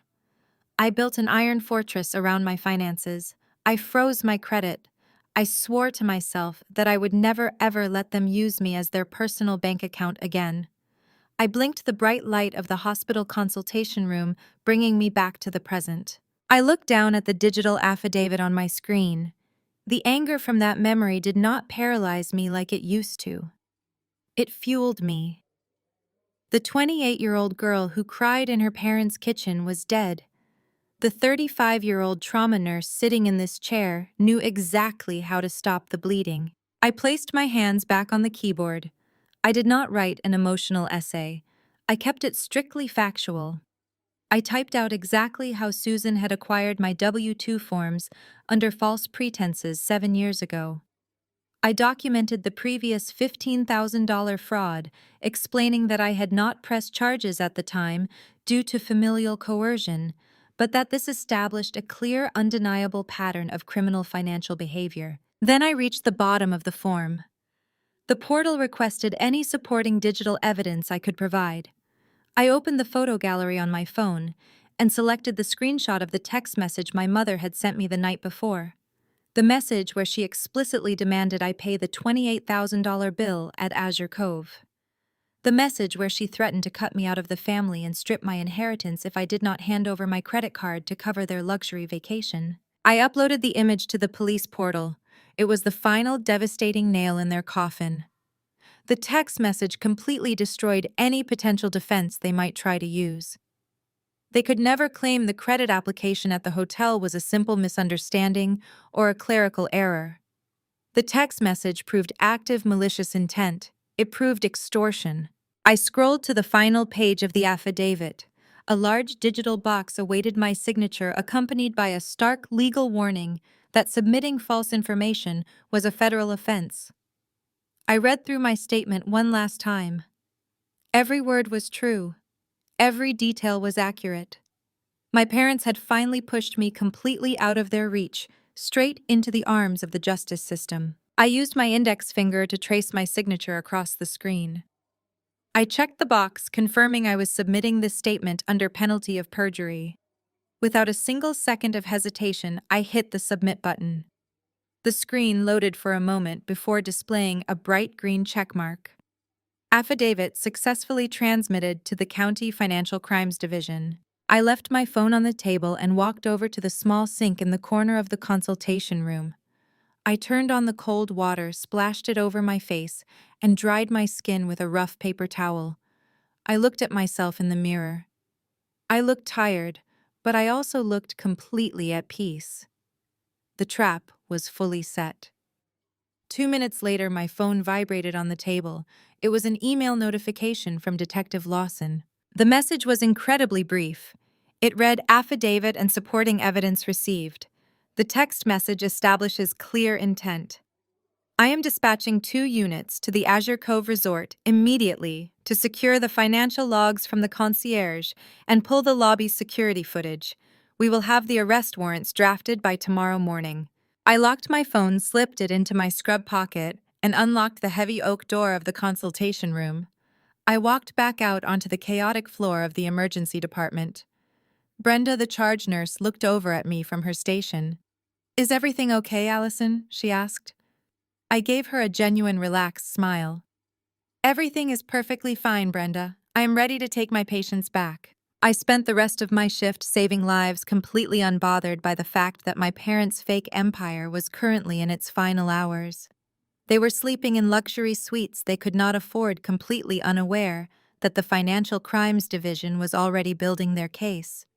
Tomorrow morning, Jasmine was going to expose Todd's massive financial theft in front of the entire family. And right after that, law enforcement was going to arrive to escort my parents out of the lobby in handcuffs. The collision course was locked in, and I was going to be standing right in the front row to watch the impact. Friday morning arrived with a crisp, clear sky and a profound sense of absolute finality. I did not wake up feeling anxious. I did not have the familiar heavy knot of dread in my stomach that usually accompanied any family gathering. Instead, I felt entirely weightless. I walked into my closet and deliberately bypassed the comfortable sweaters and casual jeans I usually wore on my days off. Today was not a day for comfort. Today was a day for absolute authority. I selected a tailored black blazer, a crisp white silk blouse, and fitted black trousers. I pulled my hair back into a sleek professional knot at the nape of my neck. When I looked in the mirror, I did not see the terrified, compliant daughter my parents had spent 35 years conditioning. I saw a highly competent trauma nurse who was about to permanently sever a necrotic limb. The drive to the Lake of the Ozarks took exactly 2 hours.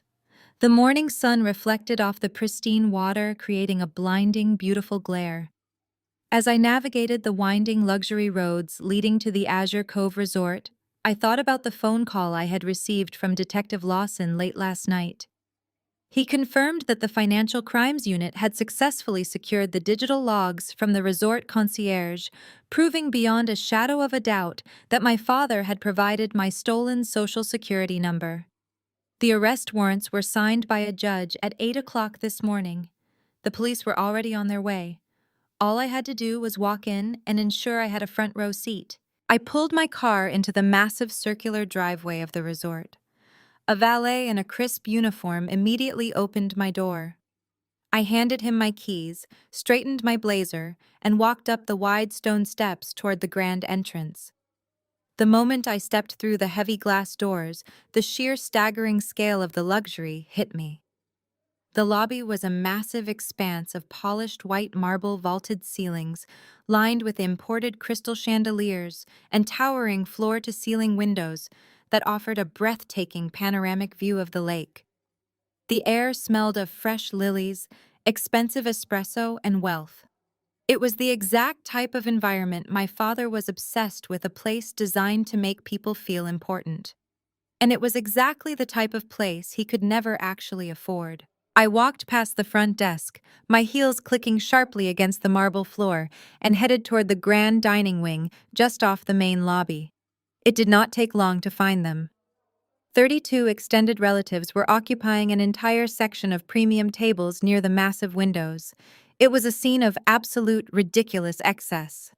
The resort offered a lavish breakfast buffet, and my family was taking full advantage of it. I saw younger cousins walking back to the tables with plates piled impossibly high with thick-cut bacon, customized omelets, and Belgian waffles. Waiters in white aprons were walking between the tables, pouring fresh mimosas and premium coffee. At the center of it all, sitting at the head of the largest table, was my father. Richard was holding court. He was wearing an expensive pressed golf polo, leaning back in his chair, and laughing loudly at a joke Uncle Greg had just made. He looked completely relaxed, playing the role of the benevolent billionaire patriarch flawlessly. My mother, Susan, was sitting right next to him, sipping a mimosa and dabbing her mouth with a linen napkin. She did not look like a woman who had committed a federal felony 24 hours ago. She looked entirely unbothered, utterly convinced of her own untouchability. A few seats down, Todd was staring at his phone, his face looking slightly pale and drawn. But sitting directly across from Todd was Jasmine. She was dressed in a sharp, immaculate designer suit, looking like she was preparing to walk into a corporate boardroom and fire an entire executive team. She was slowly stirring a cup of black coffee, completely silent. As I approached the dining area, Jasmine looked up, her eyes locked onto mine. She did not smile, but she gave a single, almost imperceptible nod. The stage was set. I stepped off the lobby runner and onto the tile of the dining room. The sharp, rhythmic clicking of my heels drew the attention of Aunt Diane first. She was mid-sentence holding a silver fork when she looked up and saw me walking toward the tables. Her mouth fell slightly open and she elbowed Uncle Greg. A ripple effect washed over the 32 relatives. Conversations abruptly stopped. Laughter died in the air. People shifted uncomfortably in their seats, staring at the woman who had locked them out of a lake house the day before. The heavy, awkward silence spread like a physical wave across the dining area. My father noticed the sudden quiet. He turned his head, following Aunt Diane's gaze, and spotted me standing at the edge of the dining area. I fully expected him to look angry. I expected him to jump out of his chair and start yelling about the embarrassment I had caused him at the gate. But he did not. Instead, a massive, incredibly smug smile spread across his face. Susan turned around, saw me, and mirrored his expression perfectly. Her eyes lit up with a toxic, triumphant glee. They did not know about the police. They did not know the credit application had triggered a federal fraud alert. In their massive delusional minds, they thought my appearance meant only one thing. They thought their extortion text had worked. They genuinely believed that I had driven 2 hours this morning because the threat of being cut out of the family and losing my inheritance had finally broken me. They assumed I had arrived to apologize, beg for their forgiveness in front of the entire family, and hand my physical credit card to the concierge to pay the $28,000 bill they could not secure credit for. My father stood up slowly, hooking his thumbs into the belt loops of his expensive trousers. He puffed out his chest, projecting his voice so every single relative in the dining room could hear him clearly. "Well, look who finally decided to join the family reunion," Richard announced, his voice dripping with condescending magnanimity.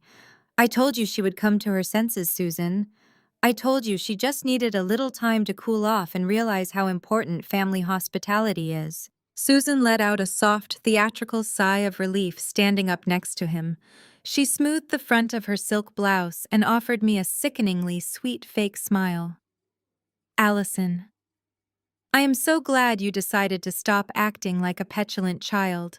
We were starting to worry we would actually have to follow through and cut you off. But you are here now, and that is what matters." I stood perfectly still, my hands resting loosely at my sides.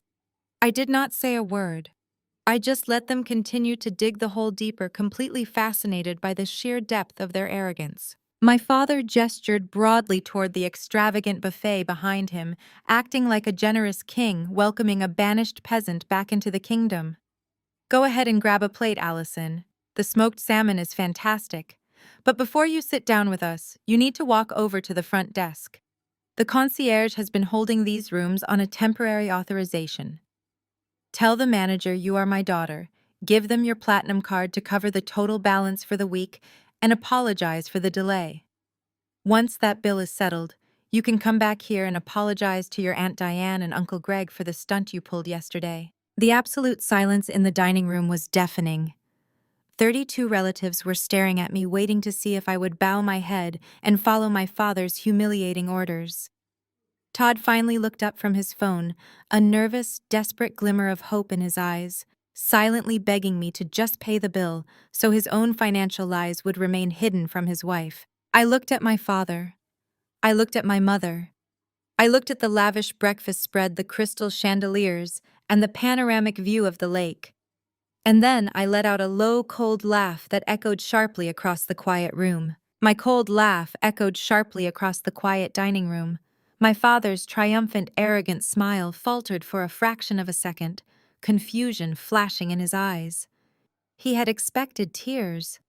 He had expected me to hang my head in shame, defeated by the sheer social pressure of 32 staring relatives. He certainly did not expect me to laugh in his face. I did not sit down at his table.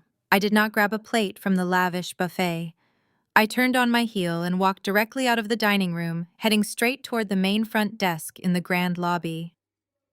My sudden departure broke the spell. I heard the frantic scraping of wooden chairs against the marble floor as Richard and Susan scrambled to their feet. Heavy footsteps echoed behind me as they rushed to catch up, completely panicked that their personal ATM was walking out the door. "Allison, get back here right now!" My father hissed, his voice dropping into a desperate, threatening whisper as he trailed closely behind me. "Stop making a scene. Walk up to the concierge and give them your card. Do not test me today." I ignored him entirely. I walked straight up to the polished mahogany front desk. A sharply dressed hotel manager with a gold name tag pinned to his lapel stepped forward to assist me. He offered a practiced, polite customer service smile. "Good morning," the manager said smoothly. "How can I help you today?" My father rushed up to the desk, sliding in right next to me, trying to physically crowd my space and assert his dominance. "She is here to settle the balance for the 8 premium lakeside suites under my name," Richard announced, loudly, making sure the nearby guests heard him. "We had a slight issue with our temporary authorization yesterday, but my daughter is going to put her platinum card on file for the week." I did not look at my father. I kept my eyes locked directly on the hotel manager. I reached into my tailored blazer, pulled out a crisp, folded piece of paper, and slid it across the mahogany counter. "Actually, I am here to do the exact opposite," I said, my voice perfectly calm and projected just loud enough for the gathering crowd to hear. "My name is Allison. Yesterday afternoon, those 2 individuals attempted to open a $25,000 line of credit through your hospitality financing department using my social security number. I did not authorize that application. The manager's polite smile vanished instantly.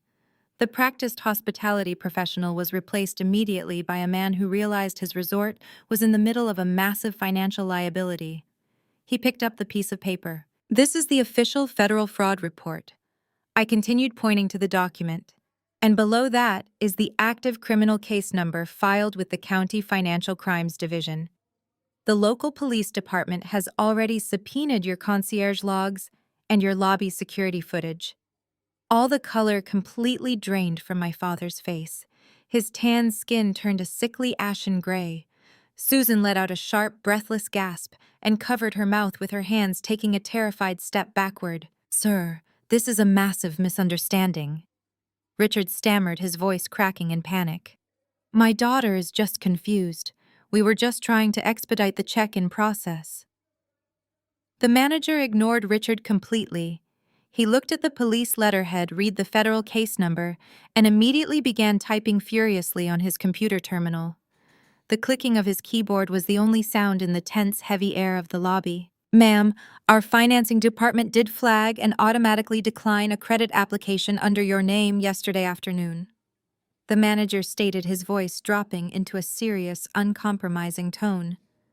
"We have been holding these 8 suites on a temporary grace period, as this gentleman assured us a valid card would be presented this morning to clear the $28,000 balance." "There will be no valid card," I told him clearly.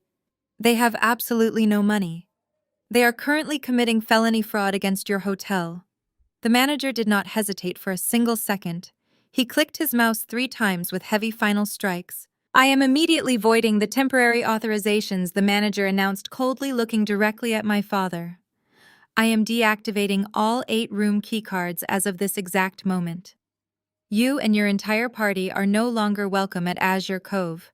Resort security will be escorting you to your rooms to collect your belongings, and you are to leave the premises immediately." "No, please, you cannot do this!" Susan cried out, her voice echoing shrilly across the marble lobby. "We have family here. We promised them a vacation." The commotion at the front desk had not gone unnoticed. Aunt Diane, Uncle Greg, and a massive wave of the extended family had abandoned their expensive breakfasts and crowded into the entryway of the lobby. 32 relatives stood in absolute shock, watching the wealthy, untouchable patriarch of the family get publicly evicted and accused of felony fraud. The grand illusion was shattering into a million pieces right before their eyes. Todd was standing near the back of the crowd, sweating profusely, chewing aggressively on his thumbnail. He looked like a cornered animal desperately searching for an exit. But there was no exit. Because this was the exact moment Jasmine made her move. Jasmine walked out of the dining room, her posture commanding, absolute and terrifying. She did not look like a woman who was suffering. She looked like a woman who was executing a hostile corporate takeover. As she approached, the crowd of relatives instinctively parted for her, stepping aside to let her pass. Todd saw his wife walking toward him and practically lunged forward, reaching his hands out, desperate to find a single ally in the collapsing room. "Jasmine, thank God," Todd pleaded, his voice shaking violently. "Tell them, please. Tell Uncle Greg and Aunt Diane that Allison is crazy. She is trying to ruin us." Jasmine did not even look at his outstretched hands. She stopped exactly 2 feet away from him. The entire lobby went dead silent. You could hear a pin drop on the marble floor. Jasmine unzipped her designer leather tote bag, reached inside, and pulled out a thick, heavy manila envelope. Without a single word of hesitation, she slapped the envelope hard against Todd's chest, forcing him to grab it before it fell to the floor. "Those are divorce papers," Jasmine said. Her voice was not loud, but it carried effortlessly across the silent room, slicing through the air like a razor blade. "I had my attorney draft them late last night," she continued, staring directly into his terrified eyes. "You have exactly 24 hours to sign them and return them to his office. If you fight me on this, we are going to trial. And I promise you, with the forensic accounting evidence I compiled last night, I will leave you with absolutely nothing but the clothes currently on your back." Todd stumbled backward, clutching the manila envelope like it was highly radioactive. His mouth opened and closed, but no words came out. Jasmine, please, we can talk about this in private, he finally begged, his eyes darting frantically to the 32 relatives who were now staring at him in sheer horror. Do not do this here, not in front of everyone. There is no more private, Todd. Jasmine fired back, her voice ringing out like a judge delivering a final sentence. Your entire life is a public performance, so we are going to end it right here on the main stage. Jasmine turned her body slightly, ensuring every single aunt, uncle, and cousin could hear her perfectly. She looked directly at Aunt Diane, who was standing frozen with her hand over her heart. For 5 years, my husband told me he was a successful real estate investor, Jasmine announced to the crowd, her tone surgical and merciless.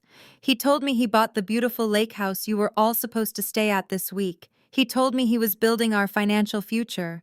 But he was lying. He never owned that house. Allison bought it entirely on her own. Uncle Greg gasped loudly. The whispers among the cousins erupted instantly. But Jasmine was not done. She took a step closer to Todd, her eyes burning with a fierce protective rage that made him shrink away from her. I audited our joint bank accounts last night, she continued, her voice growing louder, commanding the complete attention of the room. I discovered that over the last 3 years, Todd stole $52,000 of my corporate salary. He took my money and secretly funneled it to his parents so they could keep up their pathetic fake country club lifestyle. My father tried to speak, tried to interject and save his golden boy, but the hotel security guards had already arrived and stepped between him and the crowd, forcing him to stay silent. And do you want to know the absolute worst part? Jasmine demanded, pointing a manicured finger directly at Todd's chest. Yesterday, when he realized Allison had locked him out of her property, and he realized his parents could not afford this luxury hotel, he panicked. He knew they needed a massive amount of cash to keep this family reunion charade going. So my husband logged into our banking portal and transferred $15,000 out of our 3-year-old daughter's college savings account. A collective horrified shriek ripped through the crowd of relatives. Stealing from a spouse was terrible. Stealing from a toddler's college fund to pay for a fake luxury vacation was an unforgivable, sickening betrayal. Todd fell to his knees right there on the marble floor. He dropped the divorce papers, buried his face in his hands, and began sobbing loudly, completely broken. Jasmine looked down at him with absolute pure disgust. Do not ever contact me again, she said coldly. My lawyer will handle the rest. She turned around, adjusted the strap of her tote bag on her shoulder, and walked straight through the crowd of relatives. Nobody said a word. They just watched her walk out the heavy glass doors of the resort, leaving absolute devastation in her wake. I stood at the concierge desk watching the scene unfold with profound satisfaction. The golden child was weeping on the floor. The wealthy patriarch was being surrounded by hotel security. The illusion was dead. But the mourning was not over yet, and the final domino was just about to fall. The heavy glass doors of the resort slid shut behind Jasmine, sealing the grand lobby in a suffocating absolute silence. The only sound echoing across the polished marble floor was the pathetic, ragged gasping of my brother Todd, who was still slumped on his knees, clutching his divorce papers. 32 extended relatives stood completely frozen in a massive semicircle, their faces pale and their eyes wide with shock. The pristine image of the perfect wealthy family they had worshipped for decades had just been violently dismantled in under 5 minutes. My father stood near the center of the lobby, his chest heaving. The hotel security guards had taken a step back, sensing that the immediate threat of physical violence had passed, but they remained vigilant. Richard looked down at his golden boy weeping on the floor, then looked at the horrified faces of his brother, his sister, and his nieces and nephews. The absolute humiliation of the moment was too much for his massive, fragile ego to process. He could not accept that he was the villain of this story. He needed a scapegoat. He needed someone to absorb his rage. His head snapped up and his eyes locked onto me, standing calmly next to the concierge desk. His face contorted into a mask of pure, unhinged fury. The carefully manicured facade of the benevolent patriarch completely dissolved, revealing the vicious, desperate bully underneath. He took a heavy step toward me, pointing a trembling finger in my direction. You did this! He roared, his voice cracking with desperation. You planned this entire thing. You poisoned Jasmine's mind with your bitter, jealous lies. You embarrassed your brother. You humiliated your mother and me in front of our own family. You are a sick, twisted girl. I did not flinch. I did not take a step back. I stood perfectly still, watching him unravel. The hotel manager shifted nervously beside me, reaching for his radio, but I held up a single hand to stop him. I wanted Richard to say everything he needed to say. I wanted him to empty his entire arsenal. You think you are so smart because you bought a little house by the lake? My father screamed, pacing back and forth in front of the crowd. You think you can treat us like garbage? Well, you just made the biggest mistake of your pathetic life, Allison. If you want to play hardball, we will play hardball. Susan stepped up behind him, her face streaked with ruined makeup, nodding vigorously as she tried to salvage whatever scrap of authority they had left. Tell her, Richard, she hissed. Tell her she is done. I am completely disinheriting you, my father bellowed, making sure every single relative in the lobby could hear his ultimate threat. As soon as I get back to Chicago, I am calling my estate lawyer. I am writing you completely out of my will. You will not see a single penny of my savings. You will not get a single piece of the family trust. And when your mother and I pass away, you will not get a single brick of the suburban house. It is all going to Todd. You are dead to us, Allison. You get absolutely nothing. He stood there panting heavily, his chest puffed out, waiting for the impact. For 35 years, the threat of being cut out of the family and losing my inheritance was the ultimate weapon they used to control me. It was the invisible chain they wrapped around my neck to ensure I always complied, always paid their debts, and always submitted to their demands. They genuinely expected me to break down crying, to fall to my knees next to Todd, and beg them to reconsider. Instead, a strange, bubbling sensation rose in my chest. It traveled up my throat, broke past my lips, and emerged into the quiet lobby as a genuine, uncontrollable laugh. I threw my head back and laughed. It was not a bitter, sarcastic chuckle. It was a deep, resonant laugh of absolute, pure amusement. My father recoiled as if I had physically slapped him. What is so funny? He demanded, his voice dropping into a dangerous, confused growl. You think being cut out of a multi-million-dollar estate is funny? I took a slow, deep breath, wiping a single tear of mirth from the corner of my eye. I stepped away from the mahogany desk and walked directly toward him, stopping just a few feet away. I looked him dead in the eyes, stripping away the final layer of his magnificent delusion. Dad? I said, my voice projecting clearly and carrying effortlessly across the marble room. You do not have a multi-million-dollar estate. You do not have a family trust. You do not even have a savings account. You have been completely broke for 3 years. The entire crowd of relatives gasped in unison. Uncle Greg took a sharp step forward, his brow furrowed in deep confusion. My father's face turned a shade of sickly, transparent white. You shut your mouth, he stammered, pointing his finger inches from my face. Do not lie to this family. I am not lying, and you know it, I replied coldly.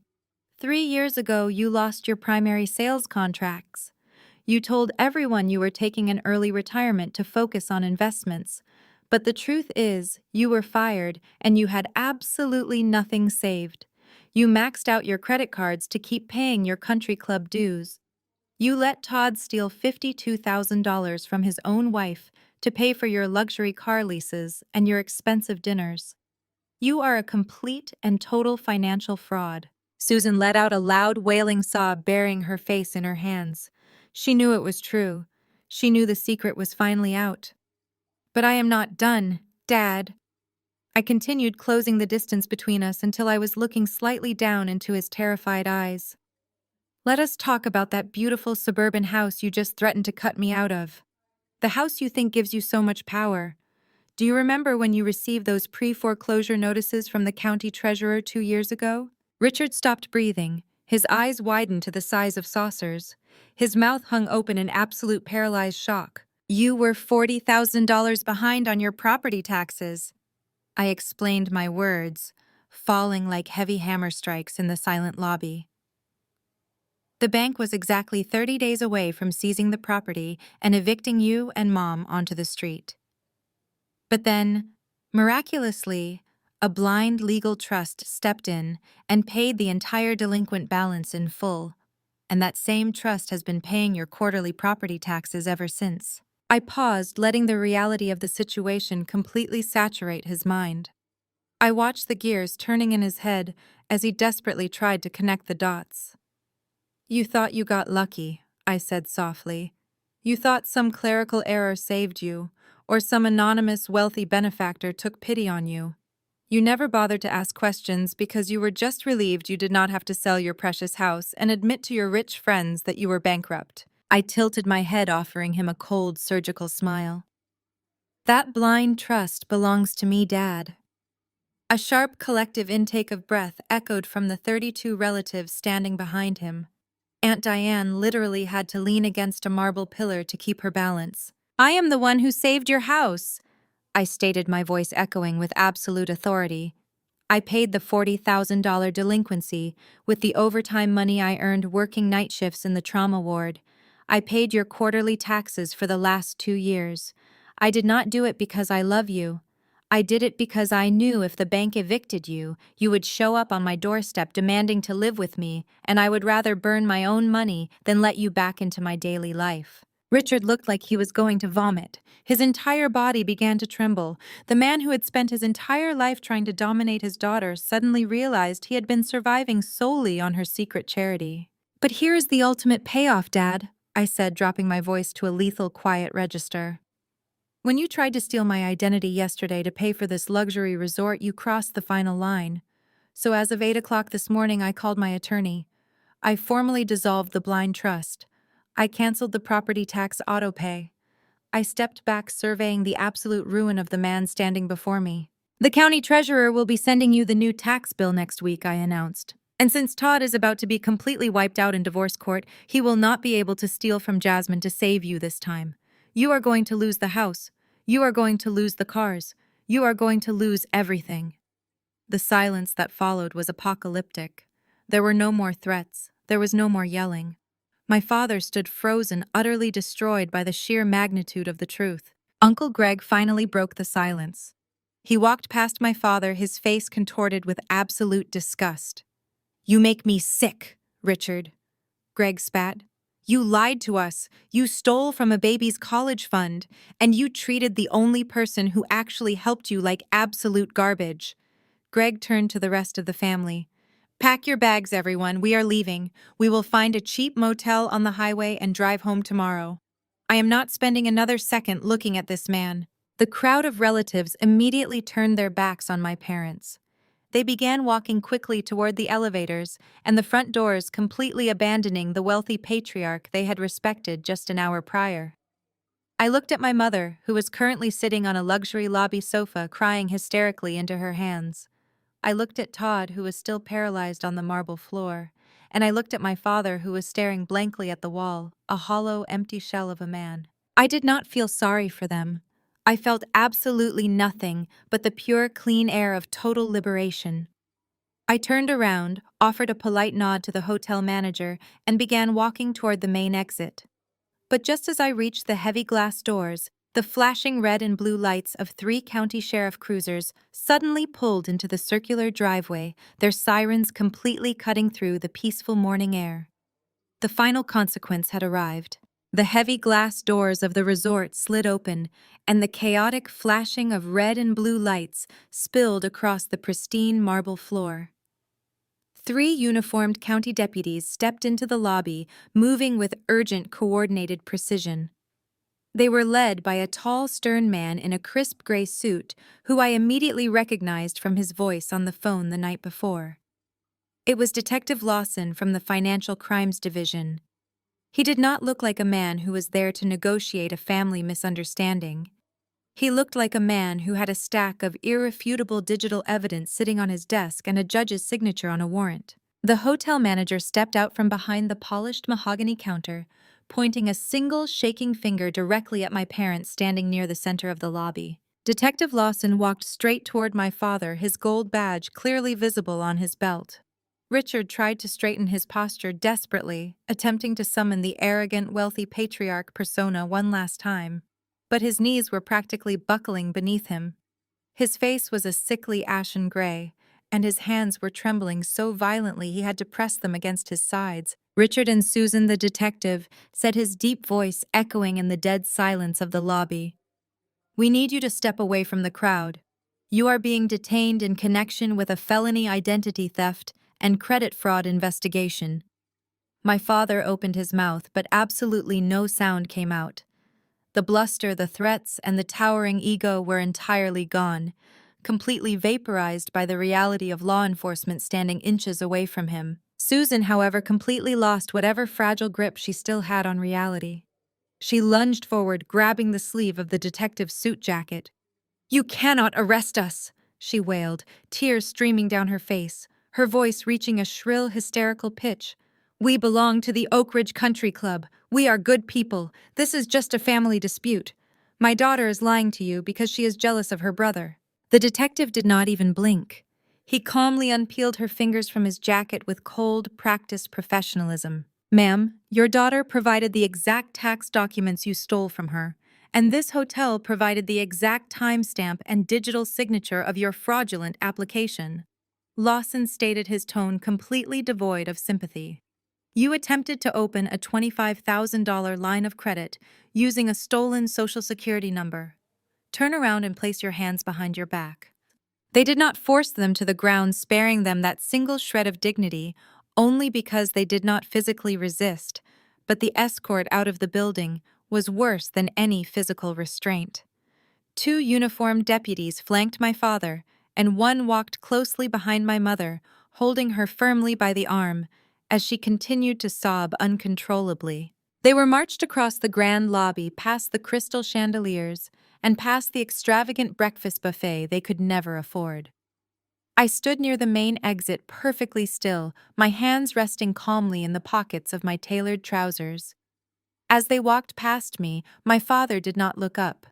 His eyes were fixed firmly on the polished marble floor, utterly defeated. But my mother locked eyes with me for a fraction of a second. There was no anger left in her gaze, no manipulative calculation. There was only a hollow, terrifying realization that she had finally met a consequence she could not manipulate her way out of. The heavy glass doors closed behind the police escort, and the flashing lights of the cruisers illuminated their figures as they were placed into the back seats of the patrol cars. Inside the lobby, a new, entirely different wave of panic swept through the 32 extended relatives. The initial shock of watching the family patriarch get arrested was abruptly replaced by a terrifying, immediate financial realization. Aunt Diane gripped Uncle Greg's arm, her face turning a sickly shade of green. "Greg," she whispered frantically, her voice carrying in the quiet room. "If Richard is completely broke and going to jail, who is paying for all these premium rooms? Who is paying for that massive catered breakfast buffet we just ate?" I put my own credit card down at the front desk for room incidentals. "They are going to charge me for everything." That single sentence acted like a starter pistol in a crowded theater. The illusion of a free luxury vacation was officially dead, replaced by the terrifying threat of a massive hospitality bill. Uncle Greg did not hesitate.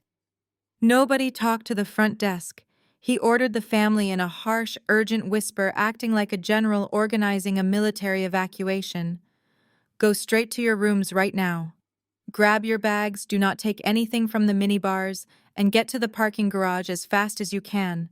We are leaving before that manager figures out how to put this bill on our cards." It was a complete and total stampede. Uncles, aunts, and cousins abandoned their plates of expensive food, dropping their linen napkins on the floor. They scrambled toward the guest elevators, pushing past each other in a desperate frenzy to pack their bags and escape the blast radius of my parents' lies.